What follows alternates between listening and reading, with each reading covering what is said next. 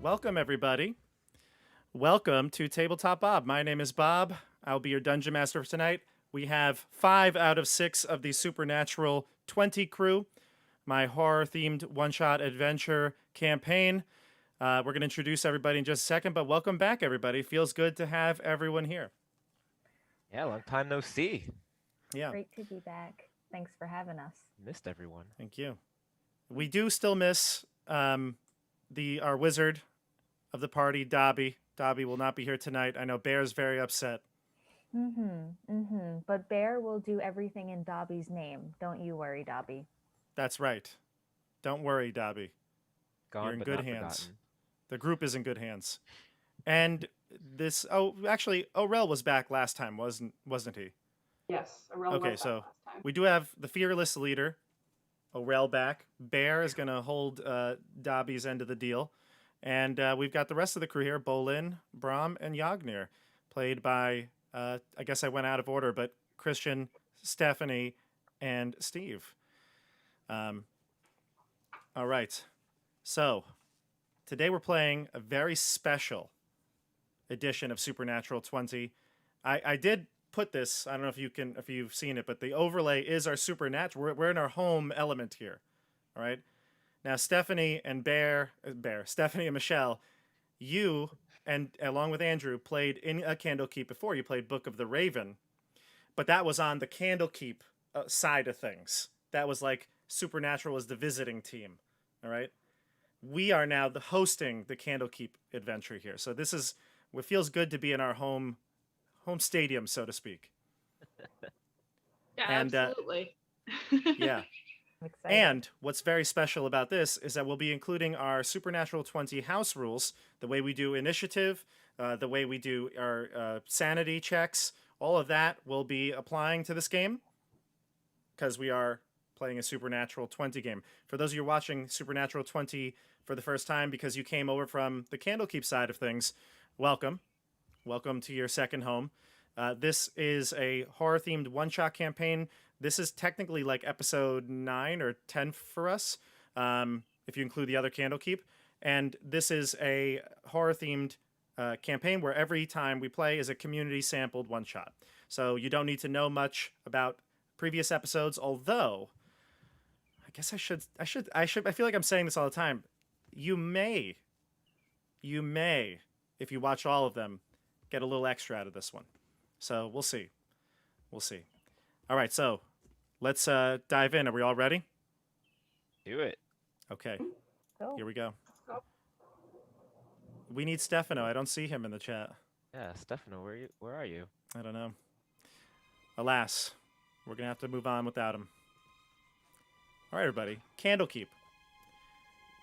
For those who haven't watched before, and for the rest of our viewers, the group is part of a supernatural supernatural hunting organization in some ways. Your Adventurers Guild sends you on missions that deal with the supernatural. You won't be going to clear out any goblin fortress. That's not your job. Your job is to hunt out the things that lurk in the night. And Bear, along with Dobby, and one of the other members of your guild that Stephanie played, Ella, went to Candlekeep to search for something called the Shadowfell in the last Candlekeep adventure. Now, the Shadowfell, for those of you in the party who have not heard about it or been there, it's a strange phenomena, sort of like a pocket dimension, but a pocket dimension of horror. People have gone missing into the Shadowfell, and your guild believes that there is something nefarious afoot in your lands. So, what prompts this adventure is your group, your adventuring guild, sent you to Candlekeep because a mining company has asked for assistance. There is a town called Vermaelen, and Vermaelen is up in the mountains. far away from here. In fact, it would be a long journey, probably 2 weeks' journey to get there. But Vermaelen is been as long since abandoned. In fact, Vermaelen, over 65 years ago, there was a mining accident, and over the course of the next year or two, many people left the town for strange reasons. You don't really know what has come of the town. It's been abandoned for, like I said, over 65 years. So, this mining company wants to restart the mine. And before they do anything, they want your guild to find out what led to the disappearance of all the townsfolk. All right? So, naturally, you're headed to Candlekeep to do some investigation. You believe that you can find out some information from the great tomes in this library, and so that's where we begin. You're in a private reading room. You have been allowed access to Candlekeep, the great library. Normally, you need to supply a book upon entry, but since your guild has such sway, you've been allowed to use the resources of the library without providing that book. You're on a very important mission. So, you're reading some books, looking up for the history of this mining town called Vermaelen. And you're reading these books and coming across a few things. Roll a d8 for me, Christian. D8. Yeah, d8. A 5. I definitely have gotten that before. I've ran so many of these now. I think this is my 11th Candlekeep that I have definitely gotten the roll of 5 before. So, a 5 means, yep, good old Nax Olasis, a 22-year-old dragonborn scribe, a brass dragonborn, who loves conversation, approaches you with a stack of books that may be useful. I believe that this is a book that could help you. And he hands you a small black leather book titled A Deep and Creeping Darkness. Who is the reader of the group right now that Dobby's not here? Uh-oh. We lost our reader. I mean, Bear will feel obligated to volunteer if no one else will take over, but Bear's not the most intelligent. Right, like Bear holds the book upside down. Yeah. Bear is certainly... Well, actually, no. Bear's at a +2 intelligence. Oh. That's surprising. Huh. Okay. So, Surprised even you. Wow, I thought Bear... Just because, Bear was such a blind follower of Dobby, I just figured. Okay. Anyways, sorry. Bear's at a +2 intelligence. If anyone else wants to, can do more, please let us know. Bear, I'm going to be honest with you. I think the rest of the group is, intelligence dump stat people. Yeah. I'm a straight 0. I'm a looking for a 1. cookbook somewhere. You know, but Along with Yagnir, you must read some. You must read from the good book as a cleric. I've been known to read from a few occult books from time to time. Yes. Do you? What's your intelligence or history? Let's see It's here. probably not that great. My intelligence is 14, and So my... you're. Look at this. A lot smarter than I No, thought but- you all were. All right. So maybe Bear and Yagnir will read the book. Bear will You can look put at the chapters, I guess. Bear will look at the pictures, and Yagnir will. Here we go. Yes, good. A picture speaks 1,000 words, so they say. So then that's a lot of words. All right, so Oh, Dobby would be proud. So I'll give you each a couple of pieces of information from your reading here. Why don't you just go ahead and give me an intelligence roll? So just roll and add your intelligence to the roll. Both of us, or... Yeah. Mm-hmm. Okay. Bob, what's the book called again? A Deep and Creeping Darkness. Oh, Bear. I got a 5. A 5. Okay.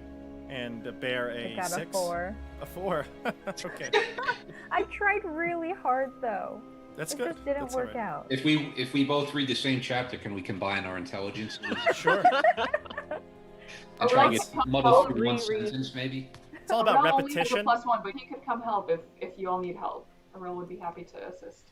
It's really all about repetition and, making sure that you are, breaking down your words into syllables. There are It's very certain important. tools and strategies you can use, like Someone scoop that. annotation, underlining.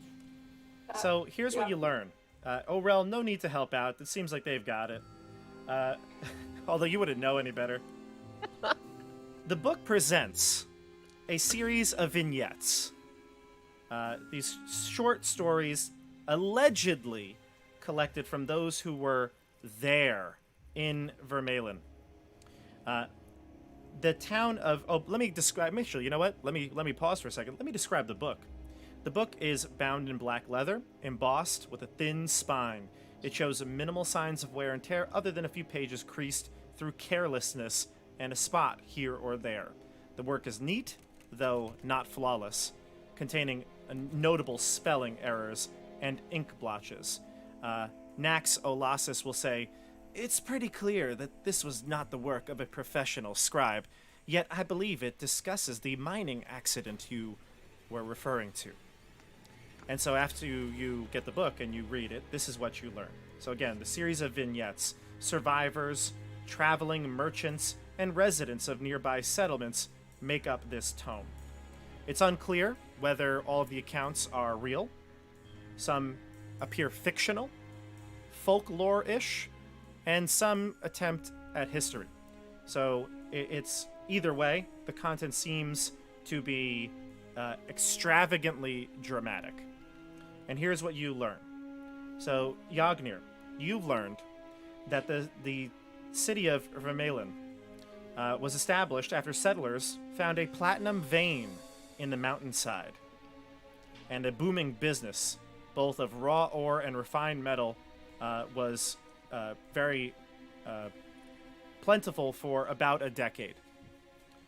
Bear, you found that due to the rough terrain and harshness of the climate, the village never got very big, despite the few traveling merchants who would come to the village for a week or two, sold and traded their wares, and then would leave again. So that's what Very you've little. kind of learned about the history of the town. Any questions? No, sir. Yagnir? No, I'm good. Okay. You can continue on reading, and this is where you'll get to know about the mine incident.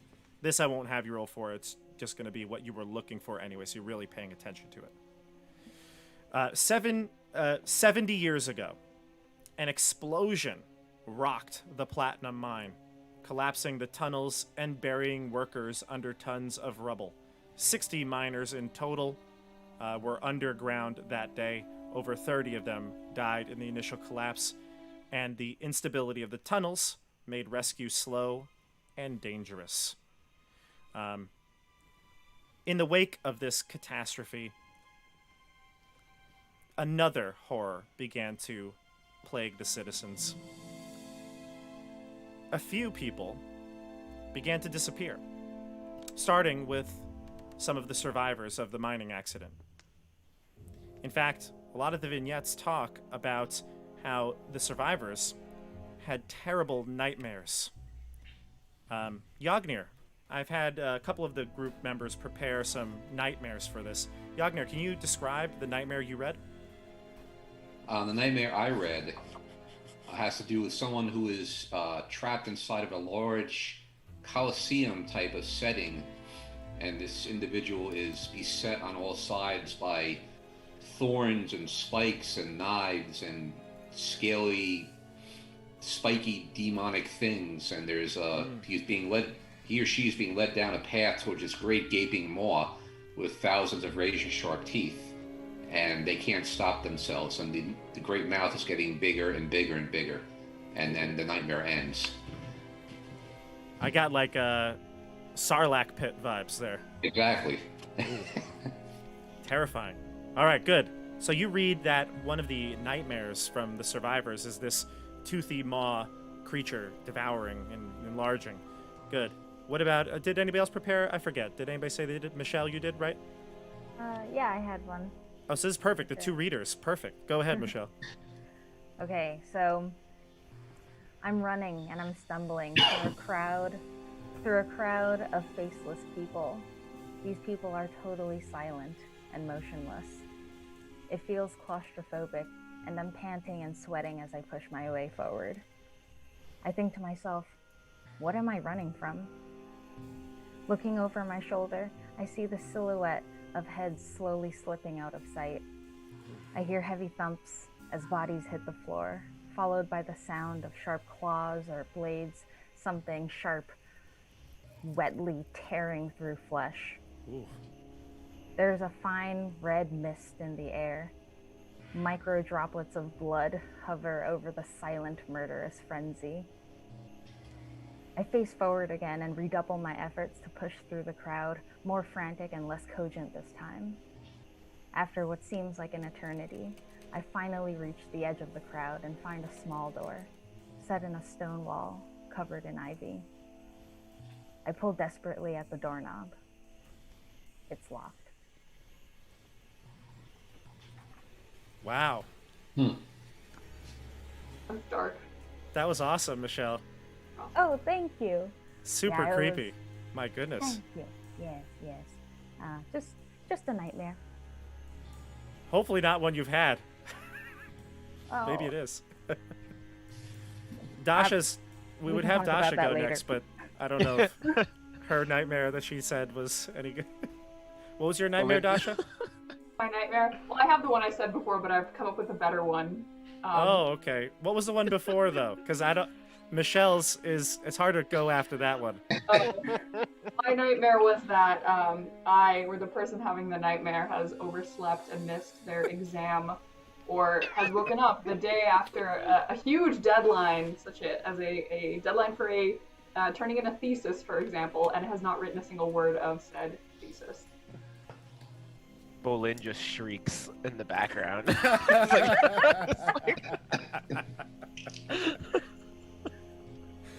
That's the one Bolin shrieks at. Yeah, It's like, oh no! The horror! Like drops his cup. Like, it's Hot Oh, coffee no. spills everywhere. Yeah. That was good. That was good, Christian. All right. So, what was your scarier one, or maybe a different one, Dasha? My other one was a scarier one, also based on my real life experience. Oh my gosh. Is you, I guess me or the person having the nightmare, you're in a dark room and you start hearing a sound and you can't tell where it's coming from. It sounds like it's kind of echoing from all around you, but it's getting louder and louder, and it's kind of starting to hurt. It's so loud that it's almost causing this ringing in your ears. It's causing vision spots to appear in front of your eyes, and it sounds like if it gets any louder, you're not going to be able to handle it anymore, and you slowly realize that it's coming from inside your own head, and Wow. It's getting louder and louder and louder, and it never stops, and then you wake up. Wow. Is that how Again, you feel based tonight? on, what? That's how you feel tonight? That's how, yes. I suffer from migraines, for those of you who don't know. This is, real life inspired. All It's right. why I like Everyone it. exists. To me, it kind of sounds like you're holding one of those soul coins from Avernus. Yeah. Ooh, Yeah. that too. To me, it sounded like creeping insanity. That, yeah. Steph That's our or Descent Christian? into Avernus campaign. there you go. Yeah, you're gonna link the video up at the top. Link the right video, there. yeah. Yeah, My click in the corner. Somewhere. Yeah. Link to Aroviel's There you go. descent into madness. Yeah, and then you can see the result of her descent into madness into the level, was it 15? Yeah. Candlekeep? 15 Was it Candlekeep. that we- yeah, 16. that we played? 16 Candlekeep. Yeah, yeah. 16, yeah. You can see the Xanthoria. results of her alignment change there. We'll leave a link to that up top. Sure. It'll be right here. Yes. It's going to be the wrong side. I know it, but... excuse me, not Stefano. Stefano's not here. I just looked at the chat. Steph, or Christian, do you have any... did you come up with anything? If you didn't, it's fine. It's not a big deal. I didn't. Especially Okay. now, I definitely didn't after hearing these stories. I mean, I've definitely had a lot of nightmares. I guess most of them we got married a couple weeks ago, and having Yes, nightmares congratulations, of by the way. being being a bride during a plague, literally in the middle of a black plague in Europe, in a wedding dress, running down the street trying to find people. I mean, if you want to relate that to my character, I'm sure that is Brum's full nightmare, wearing a wedding gown, running down the street. No one's around, panicking. So. Fair enough. Fair enough. All right, so those are just a sampling of the nightmares you have read. I had a question about the mine, actually. Oh, yeah. Go ahead. Who operated the mine? It doesn't say here, but the company that did own it.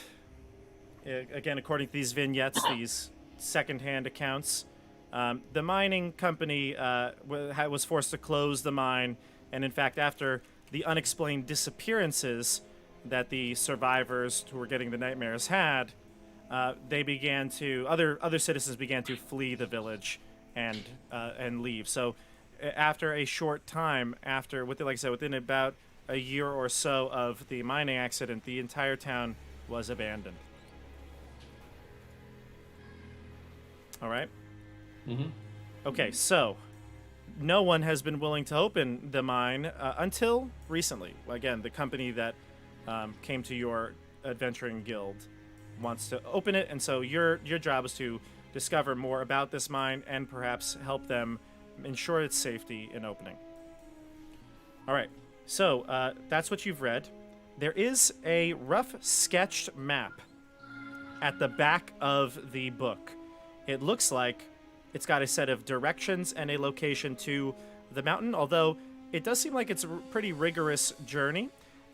It might be best to stop at the town closest to it, which is called Mayrin.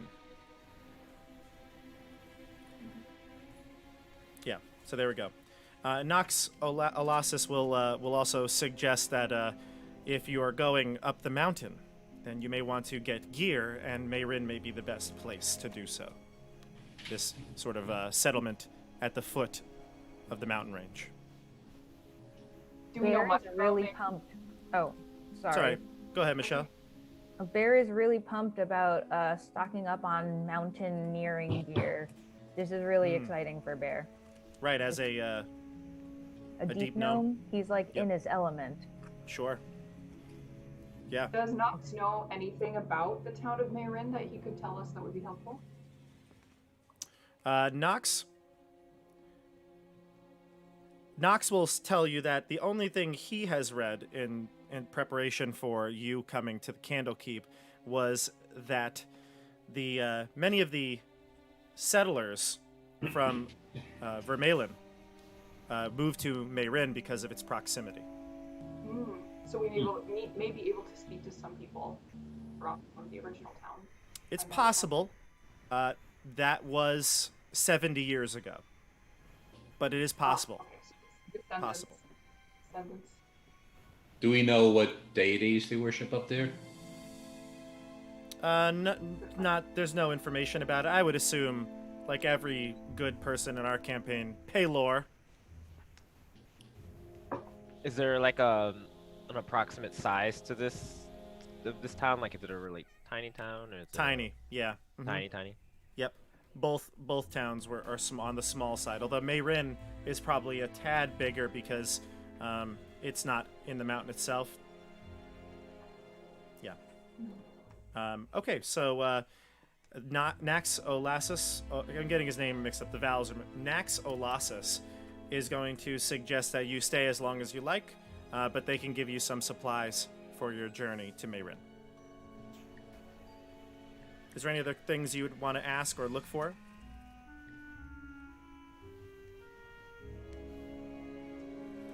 No, I'm all set. Okay. All right, so heading to Mayrin. All right, so there is no map that I'm going to show you on like Roll20 or anything like that, but I will describe to you the town and you can tell me where you might like to go. So again, it's going to take you a few weeks of travel. This is pretty far away, but after you get to Mayrin, you can see that this is a small town, mostly people. This unless you live here, this would be a stopover sort of town.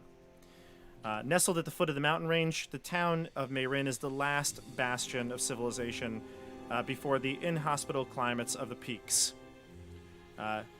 Christian, like you asked before, it's not large enough to be called a city. Mayrin is nonetheless a busy. It's got shops, taverns, and other establishments abound, as well as an open-air market and the center of the town where vendors of all sorts hawk their wares.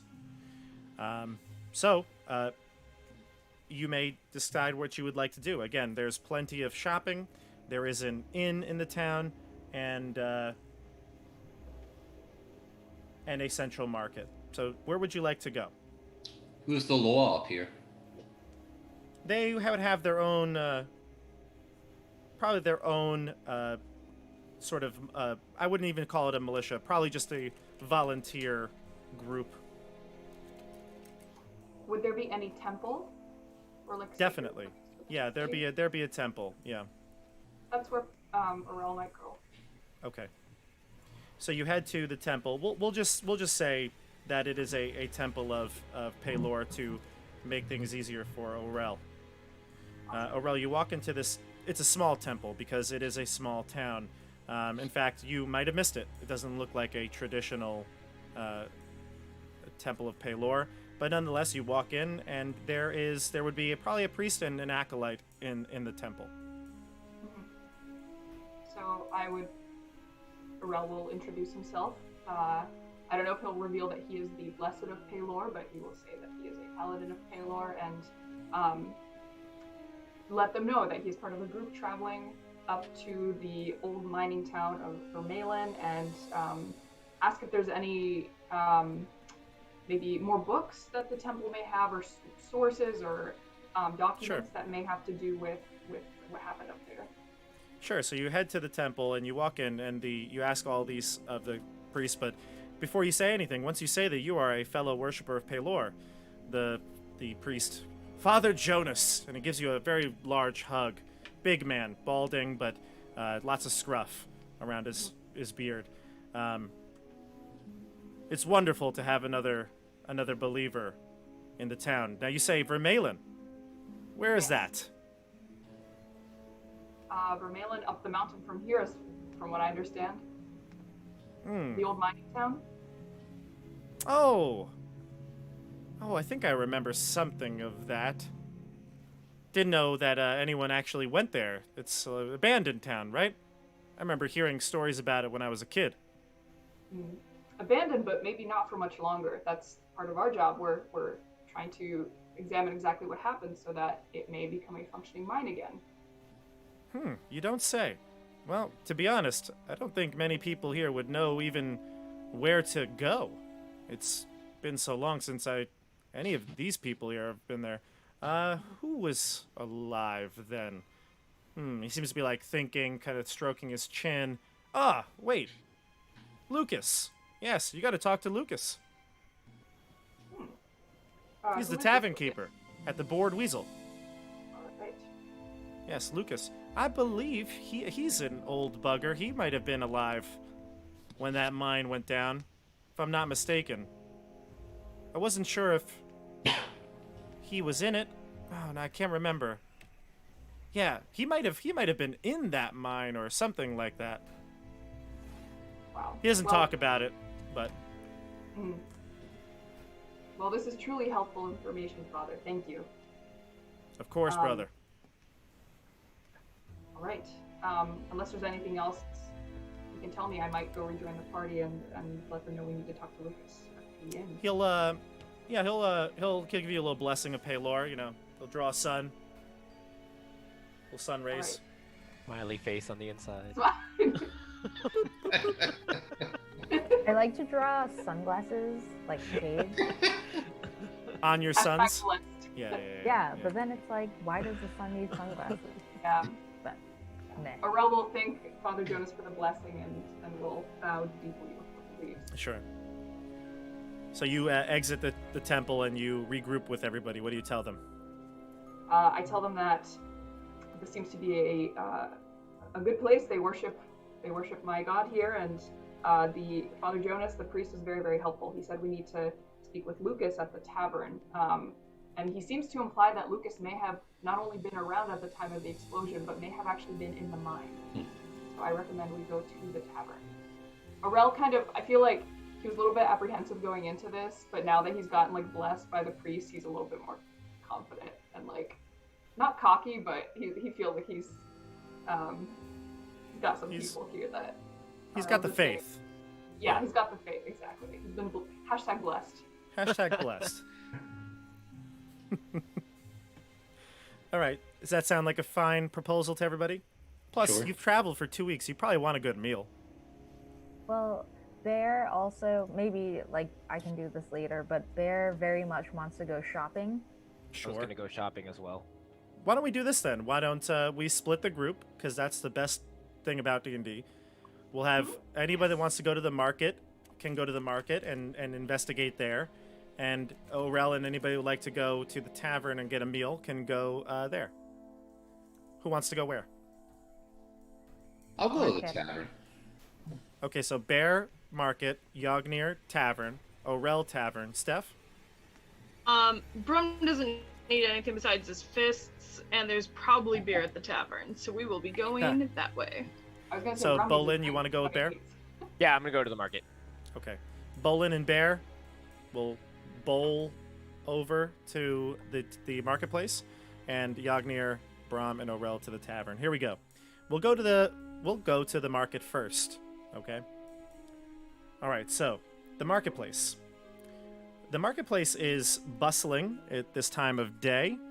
For the small town that it is, you still see dozens of people shopping, discussing prices and haggling, and people making their wages.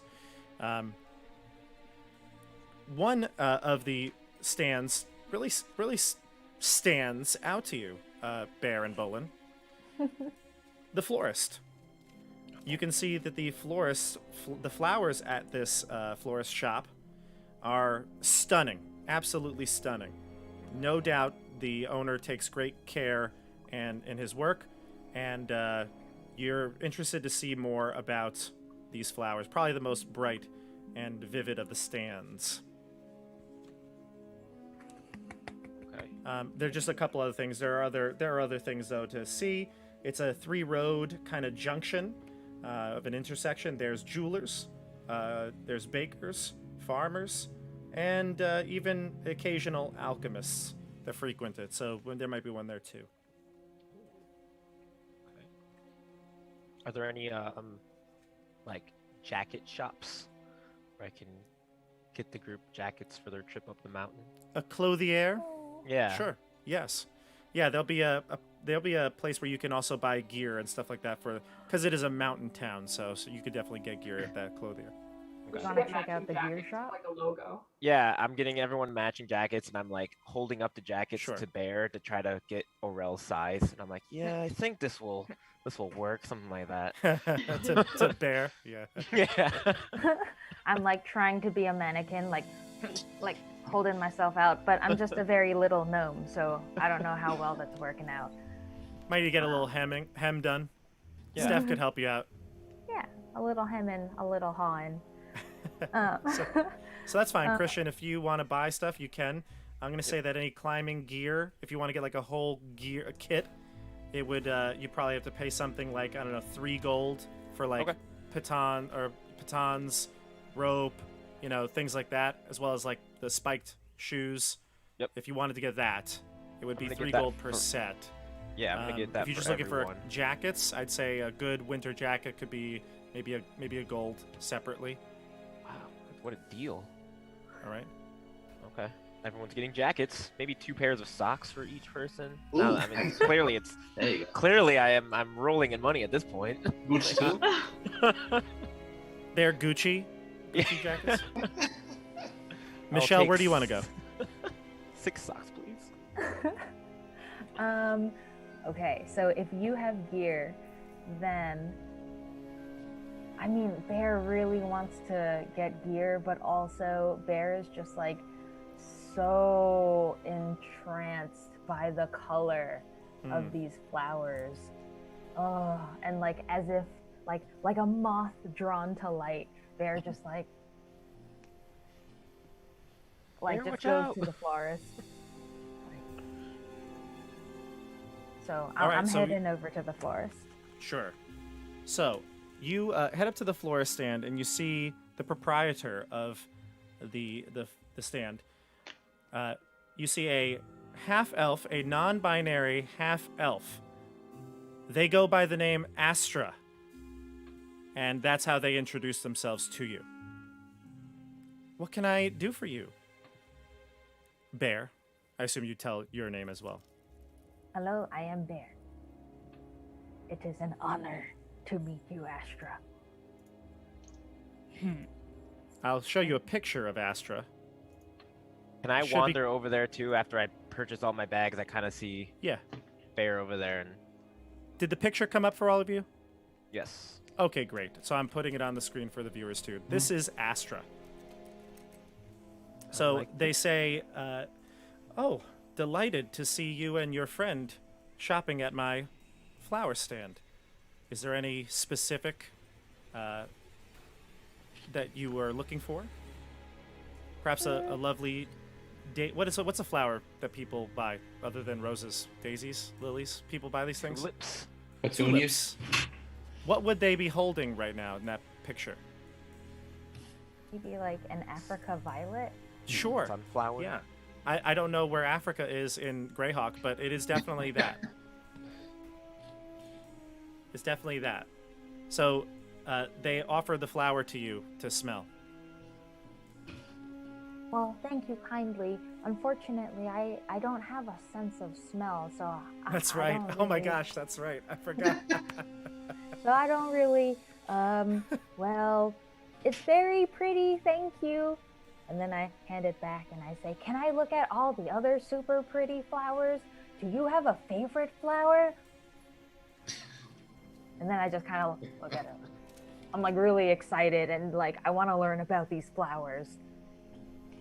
Also, Yeah. like In fact, low-key, I'm Astra thinking will I'll- go.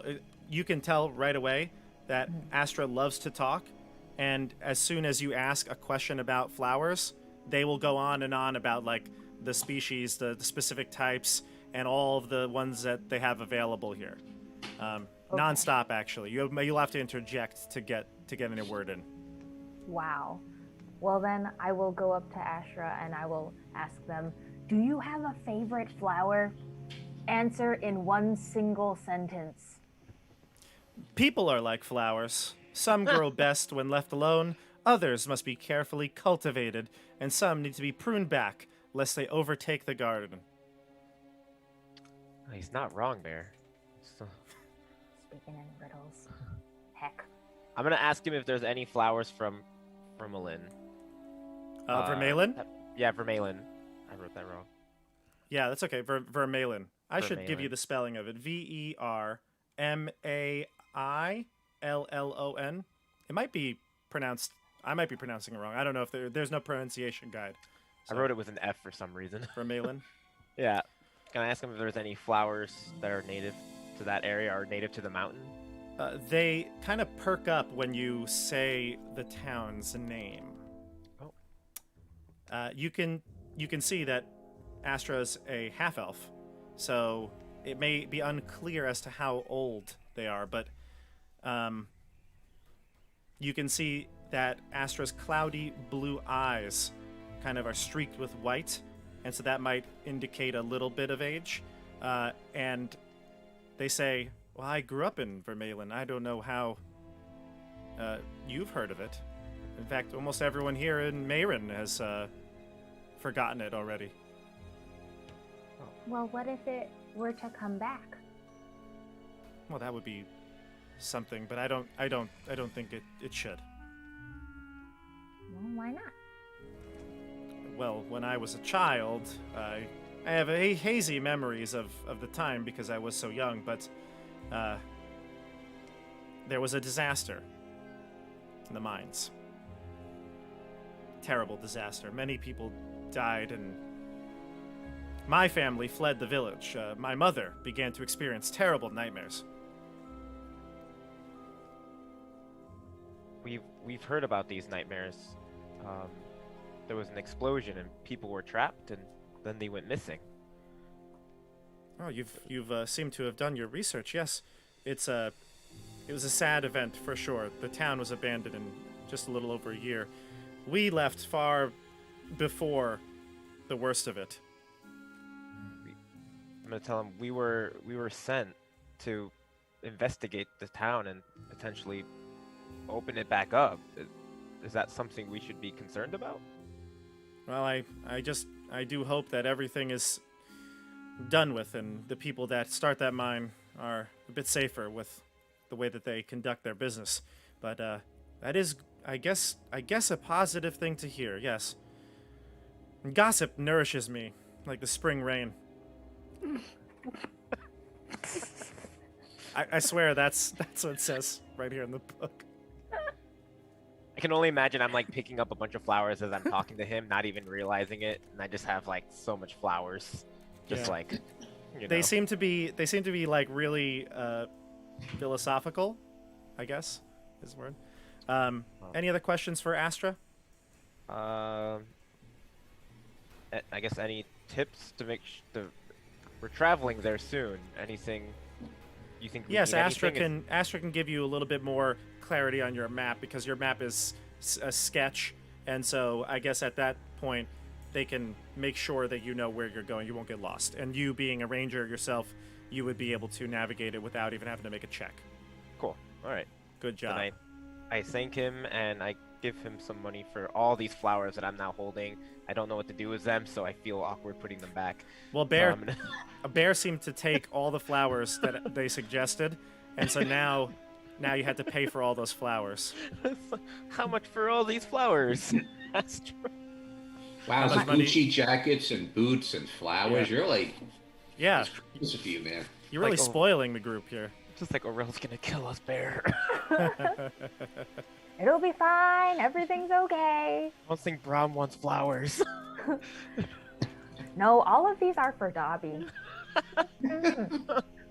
Oh, I need to buy an extra pair of jacket and socks for Dobby. Just let's go. Souvenir. Okay, so we'll switch can't over to forget the about that. tavern people.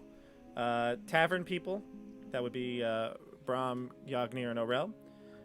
The three of you enter into the Bored Weasel. This is a tavern and inn. It features a dining area that seats 40 people comfortably, small bedrooms that have surprisingly soft mattresses, and a tub that can be rented for baths by the hour. The menu of the tavern fare is simple but satisfying. The establishment is best known for its flavorful, piping hot stew called Salty Fish Surprise. Uh-huh. I don't know if I would have that, but you might be willing if Bolin was there. All right, so the three of you, where do you want to go? Let's get a table. Yeah. Sure. Get a table. Aurel will order like for everyone, including Bullen and Bear, for like when they get there. He'll say like hold the food, but like our friends are coming, they want food too. Are you going to order them the salty fish surprise? I will order whatever the tavern keeper suggests. Like what's Well, what's the best? The tavern Oh, keeper nice. who comes to take your order is an elderly human male. Introduces himself. Name is Lucas Grosvenor. Just call him Lucas. I'll give you a picture of him right now so you can see. It's good to meet you, Lucas. By the way, artwork on both of these people, love it. Mm. Yeah, this guy looks like he knows everything, Yeah, right. everything, but won't tell you anything. Right. Each line on his forehead's a story. Something like that. You can already tell, based on the way he asks for your order, that he is patient, he can listen, but he will not suffer no fools. And so he's all business. Inquire about getting 5 rooms. 5 rooms? Yeah, single rooms. That might be more than they have. You don't want to share? Or maybe 2 rooms, it was split up. You gotta share, Steve. You gotta share rooms. Gotta share. Maybe a big room, or They'll give you 2 rooms. all okay. right? 2 rooms. Bear Yeah, will go with Steve. whoever, because Bear's so small. Doesn't take up as much room. So now that we've thrown some coin his way, I'll say, so Lucas, you're just the man we wanted to see. Is that so? Yes, we need a good meal because we have a long journey ahead of us to the town of Vermaelen, right? Vermaelen. I could be Vermaelen. I think it could be pronounced a bunch of different ways, but I'm saying Vermaelen. Mm-hmm. Okay, so we're heading to Vermaelen, and I spoke with Father Jonas of the temple, and he said you might be able to give us some sage advice about the town, the history. He said perhaps you may have lived and worked there in your past. That I did. Many moons ago. You see, He thinks for a moment. 88 years young. You have been blessed to live to such good old age. I don't know about that. You see, I lived in Vermaelen. Worked there as a miner, alongside my wife. She died in that disaster. We were just 18 years old. Couple of kids. So sorry to hear that. Thank you. I miss my wife so much every day. Since she died, life's been a dreary march towards death. I will say a prayer to the morning to the morning Lord for your wife. And He a definitely seems to like that.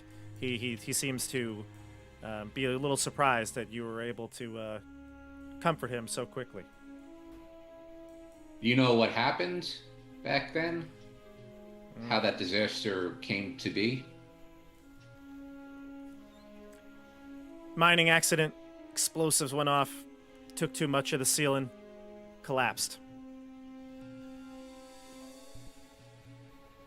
I don't know, something like 50, 60 people caught down there that day. I left the town. I left the town long before those disturbances. You've heard of them, I assume? You know about Vermaelen. Do you mean the nightmares? Yeah, that's it. Yep. I left after my wife died. Couldn't bear to be in our house. Did you have any disturbances? No. He knocks on wood. No. But I heard. When I came here to Mayrin, lots of folk followed. In fact, the only other person in town that probably remembers anything about Vermaelen is old Astra Vorn, the florist. Oh, we appreciate you talking to us. Yeah, you said you're headed to Vermaelen? Yes, sir. Don't know if that's a good idea. It's been abandoned for quite some time. Could you help us? Do you perhaps know of a good route to get up there, or anything we should look out for in the town? Listen, I've been here for 70 years. Don't think I'd be much help.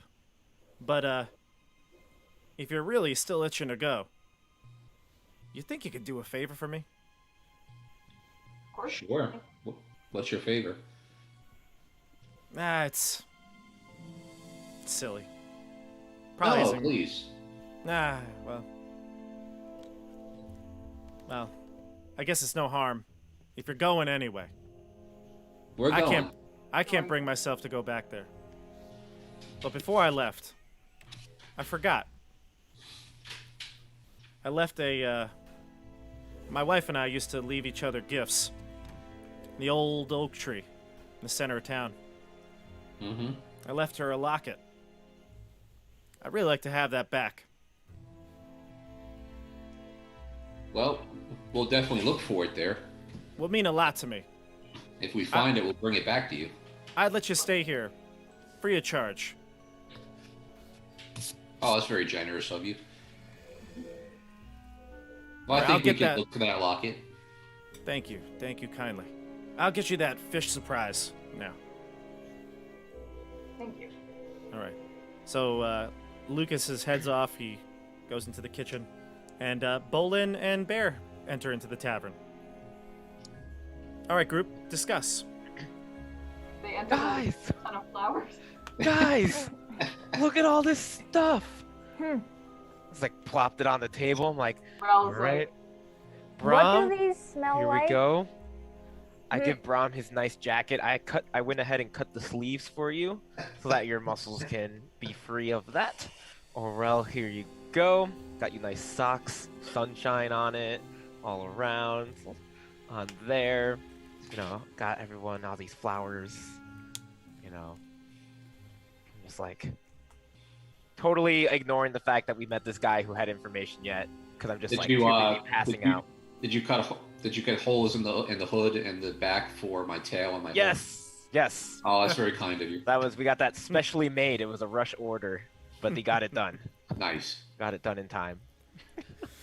Does anyone want to tell me what these flowers smell like? And also, do you think Dobby will like them? Those smell amazing. I like them. That purple, beautiful. I like purple a lot. I thought Dobby would dig it. And I proudly tuck the flowers into a corner. And by tuck, I mean I just like dump them into the corner in a pile because my arms are really tired now. I think we're gonna have to find a few bases. And then I'm just like, oh yeah, we met a guy, or someone. I don't know who it was. His name was Astor, and it turns Astor. out, yeah. They And had these funny eyes where it was like they had blue eyes, but then like it was like the sky because it was blue but with clouds in it. yeah, he kind of I was talks a lot. talking to the innkeeper Lucas about Vermaelen, and he said the only other person in town who would know anything about the mine disaster was the florist Astra. Did Astra tell you anything useful about the town? Any, I don't know, anything that could help us get there, or any tidbits of information about what happened? Any memories? He did say he did look a little happy when we mentioned that we might be bringing the town back. He was nervous at the thought of it, but he seemed to welcome the idea, and he helped me. I take out the map and I put it on the table. He drew some extra stuff on this map for us. It seems like I can now clearly make out a route up to the mountain. I don't think that should be much of an issue for us anymore. This is good news. Lucas will come back in the middle of your discussion with the food and plop it down on the table and say, "Oh, your friends are back." Yes. Yes, And from the indeed. market, and it seems like they've met Astra. One last thing. You met Astra. Good. Yeah. Astra was a young kid back in Vermaelen. I remember something though, that I was while I was cooking the salty fish surprise. Something that you might be interested in. There's been nobody ever knew what happened to Mayor Duvazen. She, the mayor of Vermaelen. The mayor, she was determined to figure out the heck was going on. I remember she was so dedicated. She was studying, taking notes in her manor. She always came to speak to all of us about our. She came to speak to all the people about their nightmares, and when all those folks came to Mayrin, they were saying that it's a fool's errand. The mayor's going off the deep end. But I never saw the mayor come this way. I'm convinced that she never left. What do you think they meant by fool's errand? Like, she's trying to figure out what these nightmares were. How are you gonna do that? Did she ever talk to you about it? No, I left. Yeah. I left before things got too crazy. But Do you know anybody do you remember her speaking to anybody and what they might have told you that she said about the nightmares? anybody that might have long been in the ground. Do you know what she looks like? Yeah, he'll he'll tell you what the mayor looks like. He'll give you a description. He'll say that she always dressed very proper, although, she'd be somewhere about 95 right now if she's still alive. So she could look totally different. She always wore her family pendant ring, her signet ring. A very big, clunky ring. And really a sweet woman. Well, that's good information to know. I take one bite of the fish surprise and slowly shrivel up, but trying to keep it down. Yeah, how is the fish surprise, by the way? Bear loves it. I'm like shoveling it into my face as fast as my hands can move. Mostly So- because Bear can't smell it. Aurel will eat it out of what is the surprise? Oh, wouldn't be a surprise if I told you. I like Brom slowly probably open my likes mouth it and too kinda because of how falls much down. he's drank so far. Oh, absolutely. The salt goes with this beer perfectly. I'll try inconspicuously push my bowl either to Brahm or Bear.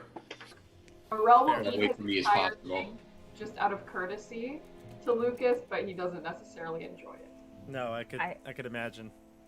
I will wordlessly switch my empty bowl with Yagnir's half full bowl and just continue eating and shoveling at exactly the same Oh, time. it's probably full, not half. Okay, yeah, the Full. full bowl, just uninterrupted, just like from one to the next, and then one hand is shoveling while the other hand transfers the bowl over, so it looks like Yagnir ate his whole serving. Nice. I And got I'll tell the others about the favor we need to do for Lucas to find his wife's locket in the center of town by the old oak tree. Good. All right, so you'll rest up here, and you want to head out in the morning? Go. Does that seem wise? Sounds Yeah. good. I'll let Okay. the group know that the morning will probably be the best time to leave, based on the map and analyzing the map and the Oh, the area. are we gonna get horses or mules to carry our gear, or Gear? We're gonna foot this? Gonna foot this. Okay. Who's rooming with who? That's up to you. It's like an I episode of Big I Brother. need quiet so I can pray and study and. I will join you. Like before I even have a chance to say, I'm like, oh, okay. I think Brom is going to probably pass out in like the alley in the back or something Nice. afterwards. Great. Well, Bear was just planning to curl up in the corner, and Bear's very small, so Amongst the flowers. Just like Yeah, own room. All right. I quickly run to the room so no one else can say anything. Take back. Take backs. Okay, thanks. Bob, is it too late to go back to the florist? Like when do the vendors come and go? You could still go back. Yeah, it's fine. Okay, I think Bear would be interested in sneaking back at some point and just I don't know, asking if that's allowable. I think I would like to ask Astra what their mom's nightmares were about. Good question. Astra will say,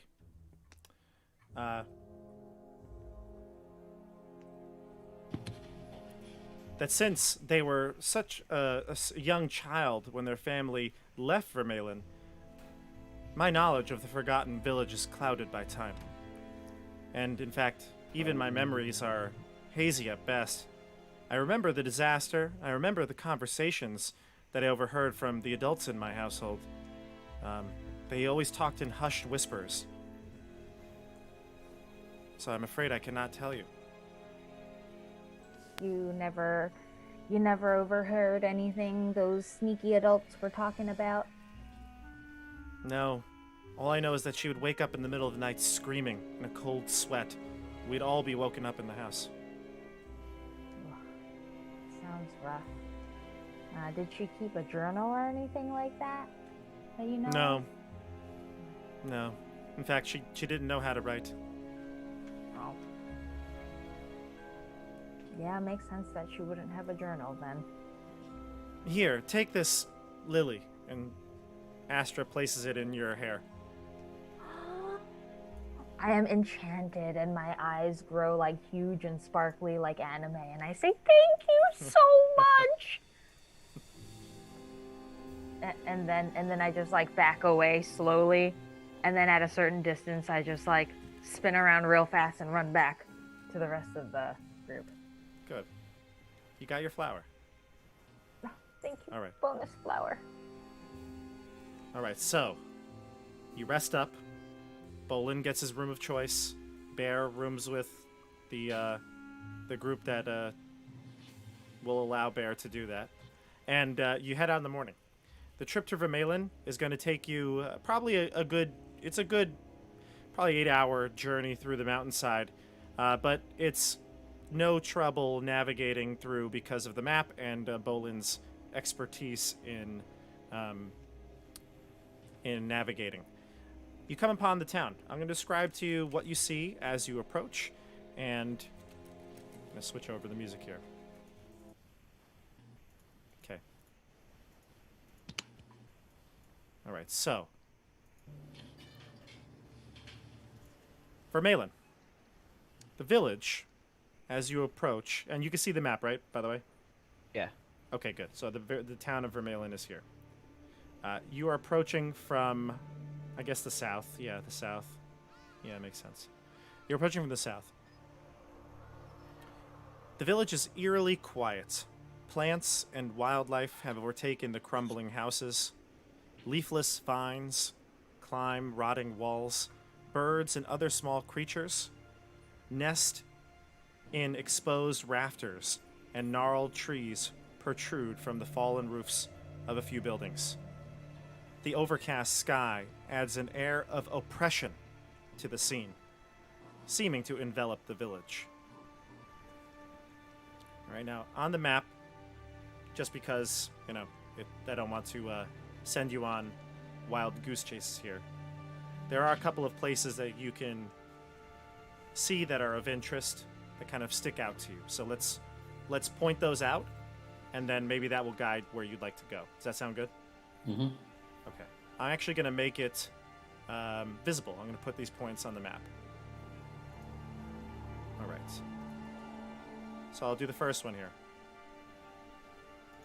Okay, so where it says V1, you can see a sign displaying a wand crossed with a blacksmith's hammer. The location is called the Wand and Hammer. That kind of stands out to you. We'll go to the next one here. V2. This is a stonemason's workshop. The front door of a home with a workshop open up to the outside. So you can see the remains of what's inside the workshop. 3. The biggest and central feature of this is no doubt the mayor's manor. It's right here. It's the big townhouse in the center. It's past a gnarled oak tree. And I'll put that on the map layer too. And finally, you see off into the distance as you approach a graveyard. Okay? Anything that I just read to you stand out? Anything that you would like to go and investigate? I think for Aurel, since he heard this story, probably Yagnir too, about the wife, like maybe the oak tree. Yeah, go to the oak tree. Okay, so first things first, you head directly north along that center road to the gnarled tree. Should we place our characters? No need to. No need to.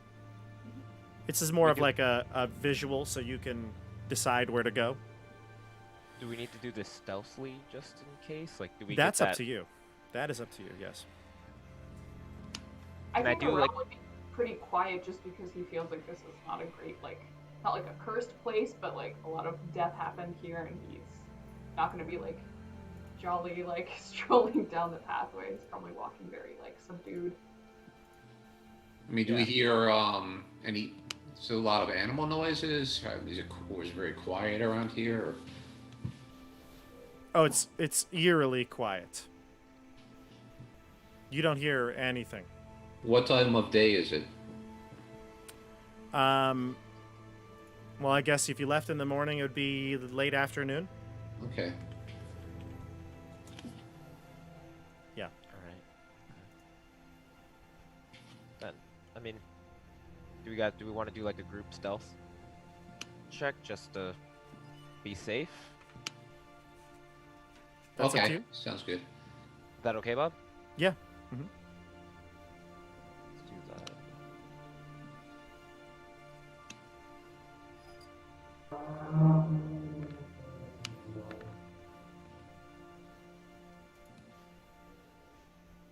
$16. Okay. I see Bear got a 14. Bolin a 16. Yagnir a 3 plus your probably bad dex. Stephanie a 4. Oof. +4, so 8. Okay. Still not. That's Still not not much great. better. Dasha, are you wearing heavy armor? Yeah, I rolled twice with disadvantage, so I have a 10. Okay, gotcha. Okay, so I'm seeing a 10. I'm seeing an 8, and Yagnir is really low. So those are the low side. Bowling got a 16, and Bear, what'd you get again? A 14? I have advantage, so I got a 14. Okay, we'll take the 14. Yeah, definitely. Okay, thank you, everybody. All right, so that's your dex checks. You're moving quietly through the town. Couple of you being a little louder. You know, Yagnir kicks a stone on the road by accident, something like that. But ultimately, you make it to the tree with no issues. You were looking around in your surroundings. You don't see anything. All right, the tree. All right, so at the tree, a bare tree stands in the lawn in front of the mayor's mansion.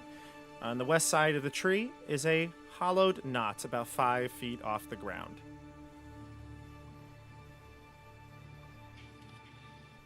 We kind of look into the knot. Yeah, you see a lot of dirty leaves and sticks and scraps from like a bird's nest. Mm-hmm. I'll put my hand in there and just feel around. Bold. Give me a investigation check. I was gonna Or say a- put my sword in there to.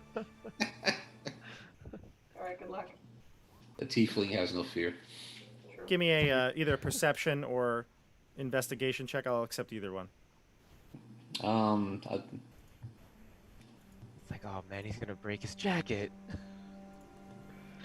His That's jacket all dirty. investigation. What'd you get? 14. Okay. So you Yeah. open, you put your hand into the knot, and you open. Well, can I say that I have a dagger? Can I say I'm feeling around with my dagger instead of my hand? Sure.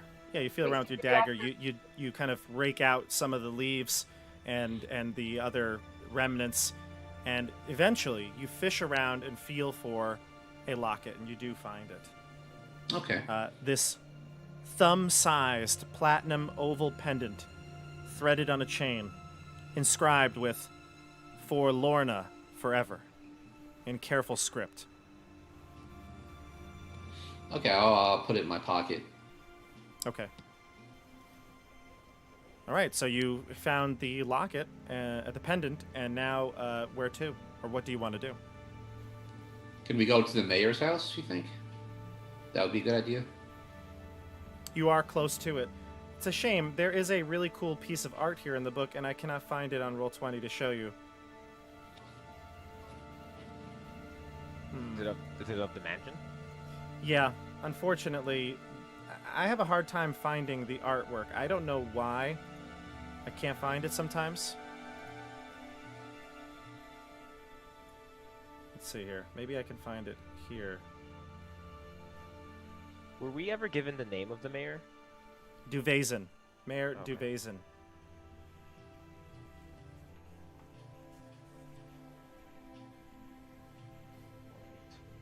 Oh, you know why I couldn't find it? Because it's named, the artwork is named something that does not make sense. Dead Tree Old House. Here you go, Oh, everybody. no. Here you go. That That's makes what sense. that's There what you it go. looks like. That's really cool artwork. Yeah. Yeah. And it would be Like a it. shame if I couldn't show this to everyone on stream. But now I could. That's pretty cool. Thank you for finding it. So there you go. All right. To the creepy house in the picture. Yeah, I'm definitely not going in there first. Bolin was like, "Yeah, let's go to the mayor's house," and now he sees the mayor's house. Just like, Oh, I like peeked around the tree. There's like, take a look, and I'm like, oh nope, not gonna go to the mayor's house. Nope. I mean, based on that picture, maybe we walk around the perimeter of the house. Does it look stable? I mean, like You it's tell gonna me. fall, it doesn't look like it's going to fall down on us if we walk in there, does it? Structurally, it's probably not going to collapse, but could a beam, part of the roof cave in? It does look decrepit. Yeah. Maybe we should go in just very, very carefully. Okay. All right. So Bolin, we're gonna go in despite your protest. Yeah, I never win these anyway. Pharrell like slaps him on the back real hard, like, it's okay, fuck up, it's gonna be fine. I pull out my shield and then I get close to Bolin and I say, "Don't worry, I got your back." And I like hold the shield up and I show it to Bolin. It's like, thanks. And That makes him feel much better. I'm just like, okay. This grand 2-story brick house has fallen prey to time and the elements, like the rest of this village, but it remains in better shape than the smaller houses. Heavy wooden double doors are flanked by dark windows, and chimneys anchor the building at each corner, their masonry crumbling. In front of the house looms a wide, leafless tree, the one that you just retrieved the locket from. Yeah, so there you go. Now, as you're going towards the building, Bolin, give me a wisdom saving throw. This is a sanity check. I'm not even first. I'm like in the back of the line. I know. Oh man. What is this? An A 8. wisdom saving throw. You're taking a point of sanity. Oh man. Okay, so there's no detriment for the first point. You're going to gain 1 point of resistance. Remember, you'll add that to your future sanity rolls. You hear a terrified shriek split the air, and it's super quiet otherwise, so it's really stark. So it was only me. I don't know.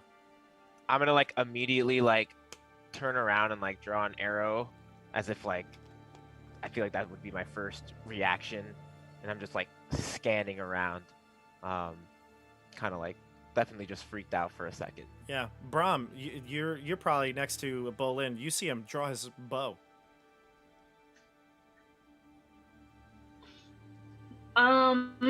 Okay. Did he draw it at me? No, just around you. He's kind of aiming everywhere. Well, I definitely get my fists out. I've seen some weird things throughout my time with these guys. And I guess if he's everywhere, I'm like, okay, Bolin, got your back. What are we hitting, man? So what are we hitting? Did you not just hear that scream? I'm sorry. You drew a bow at a voice? That's not how this works, man. You draw a bow at a thing. No one else heard the scream? Did the rest of us hear anything, or? No, it sounded- you did not. No, you did not. Mm-mm. Do we hear this conversation taking place? Yeah. Probably. Mm-hmm. I'm gonna I'll say, turn around and say, what are you talking about? No one screamed.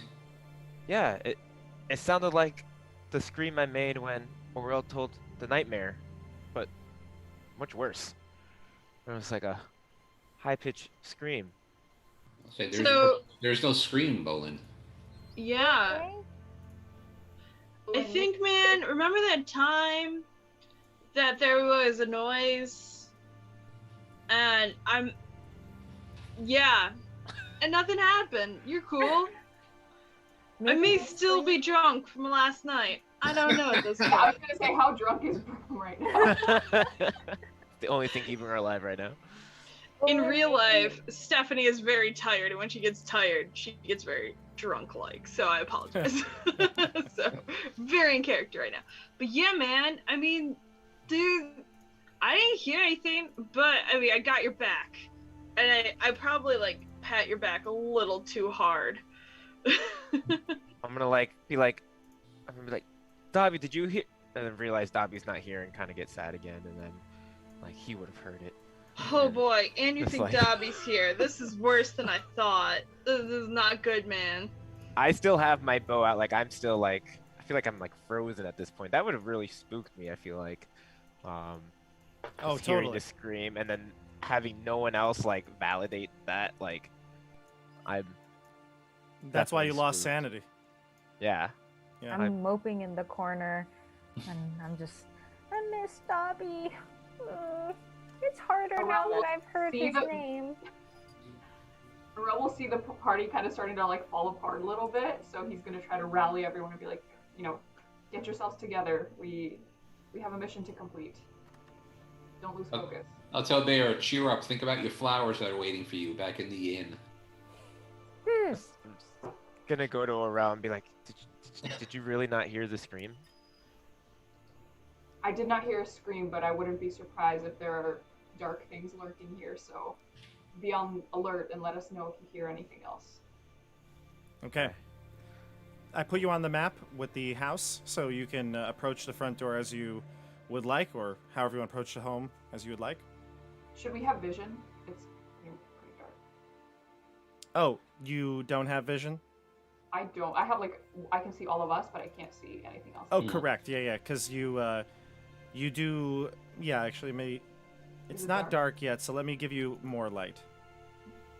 Actually, though, inside the house it's going to be dark. So, does anybody have a lantern or a light source? I Yeah, have my glowing dagger. I can cast light. So I'll make Go- Steve That's emit light. light. I'll make you emit light. Okay. So I'll go in first, I guess. Okay. You have light on you, and so Aurel and Bolin, you probably can see better because of Steve. Yeah. I'll Okay. stay right next to yeah. Yep. Move yourselves as you'd like. All right. So you enter into the mansion. The entryway. Dust covers everything in this wide hallway. Moth-eaten cloaks hang from the hooks on the left-hand wall, and to the left and to the right, hallways branch off into the gloom. Ahead, a stairway leads up to a second floor, and a door stands beneath the stairs, seemingly leading you to the backyard. Perception check. Yes, what would you look for? Anything that looks like it's been moved or used recently. Sure. Like maybe seeing if there's like not a thick layer of dust where there probably should be one because of the time that has passed. Sure, go for it.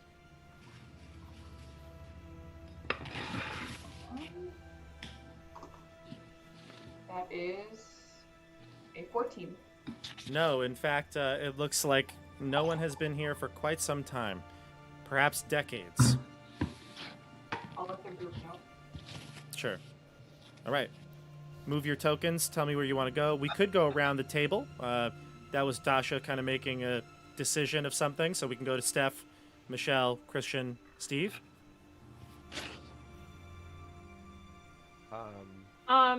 I'm gonna notice it's very dusty, but I'm gonna roll perception as well.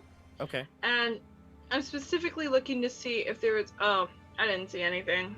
Hold What on. were you looking for, though? I was genuinely looking for if there's any tracks or footprints on places to go. Yeah, you don't So- see anything. Mm-mm. No, it's definitely not clear where, if there was anyone else here in recent history, but Okay.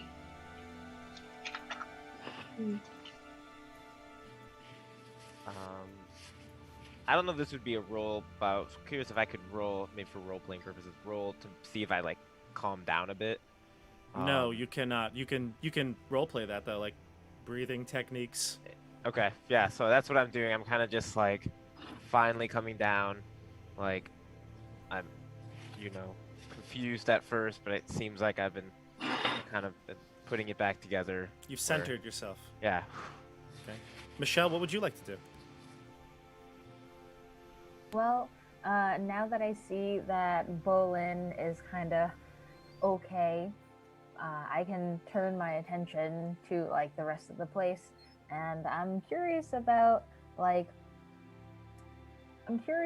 these rooms, and so I kind of maybe start peering into the one that we're next to right here. Sure. This one right here? Yeah. To the right? Yeah, the first room to the right is a parlor. It's empty except for 4 wing-back chairs situated against the left-hand wall. There's also a desk on the right-hand corner beside the window. A fireplace dominates the southern corner.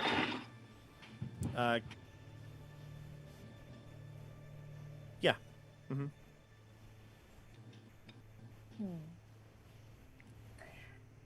Okay, cool. I don't immediately think anything is off. Maybe Sure. can I do a perception check to see if anything looks weird in here? No need to make a check. As soon as you do kind of scan the room for more detail, you notice that the chairs are infested with rodents. There's mouse holes and droppings, obvious with a simple glance. Oh my. Bolin, don't look.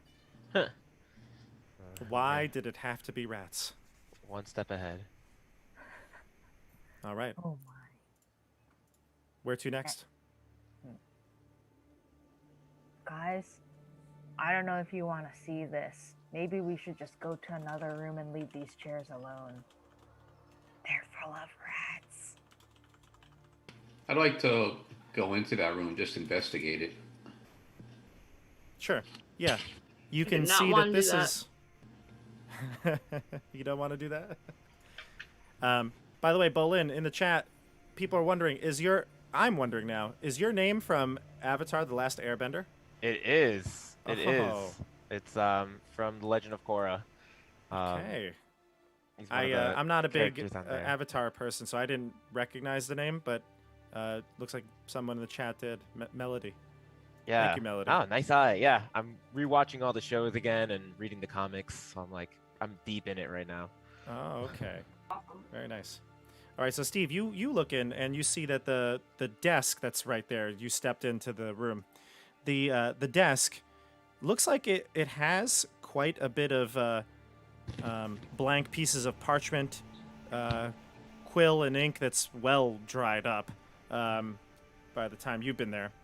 And this probably, based on your looks of the facing of the desk, was a meeting room for the mayor. So mayor might meet with guests here. Okay. Is that all I find in the desk? Just the dried up That's parchment yeah. and stuff? That's it. Nothing of note. All right. And there's nothing else in the room really of any interest? No, I'm not even gonna make a perception check. It's everything here is at first glance. All right, I'll step back out. Sure. Go right, into like the middle of the house or the middle of the room there. Yeah, you can clearly see from your standpoint. I think Bolin would be able to see too now that your light source is there. That you see into the dining room. There's a rectangular table with 8 chairs and a sideboard that sits against the far wall with dusty ceramic serving dishes and bowls atop it. The fireplace is in the far corner. How high does that staircase go up? It goes up to the second floor, so I don't know, maybe 15 feet. You guys want to check out the dining room? Yeah, that sounds good. Maybe there's something cool there. So, just out of curiosity, what is your what are you looking for? Are you just kind of like, hey, we're at the mayor's house, or do you have something you're kind of searching for? I would. I think we're just searching overall. I would be looking for signs of the mayor because we heard that no one knows what happened to her. So I'd be looking for like signs of life, signs of death, maybe.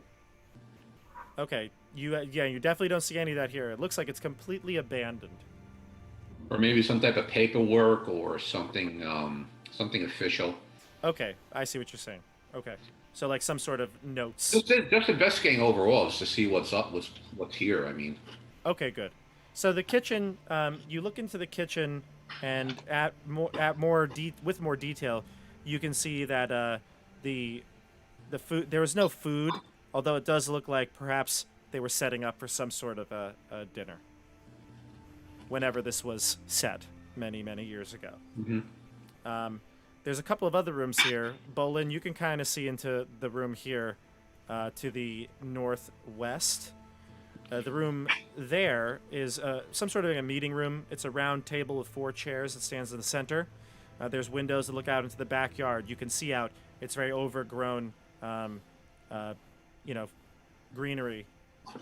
There is a fireplace in the corner filled with broken masonry. A framed portrait hangs on the right-hand wall. Is it up? Can I investigate the portrait?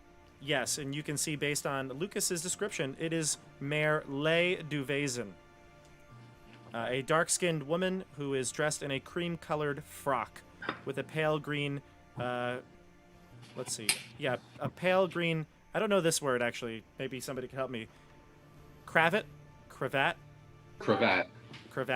sounds right. I guess it's what, like a little collar, right? yeah. Her dark hair is pulled up in an intricate twist, and she wears delicate platinum and diamond earrings. No doubt the platinum came from the mine.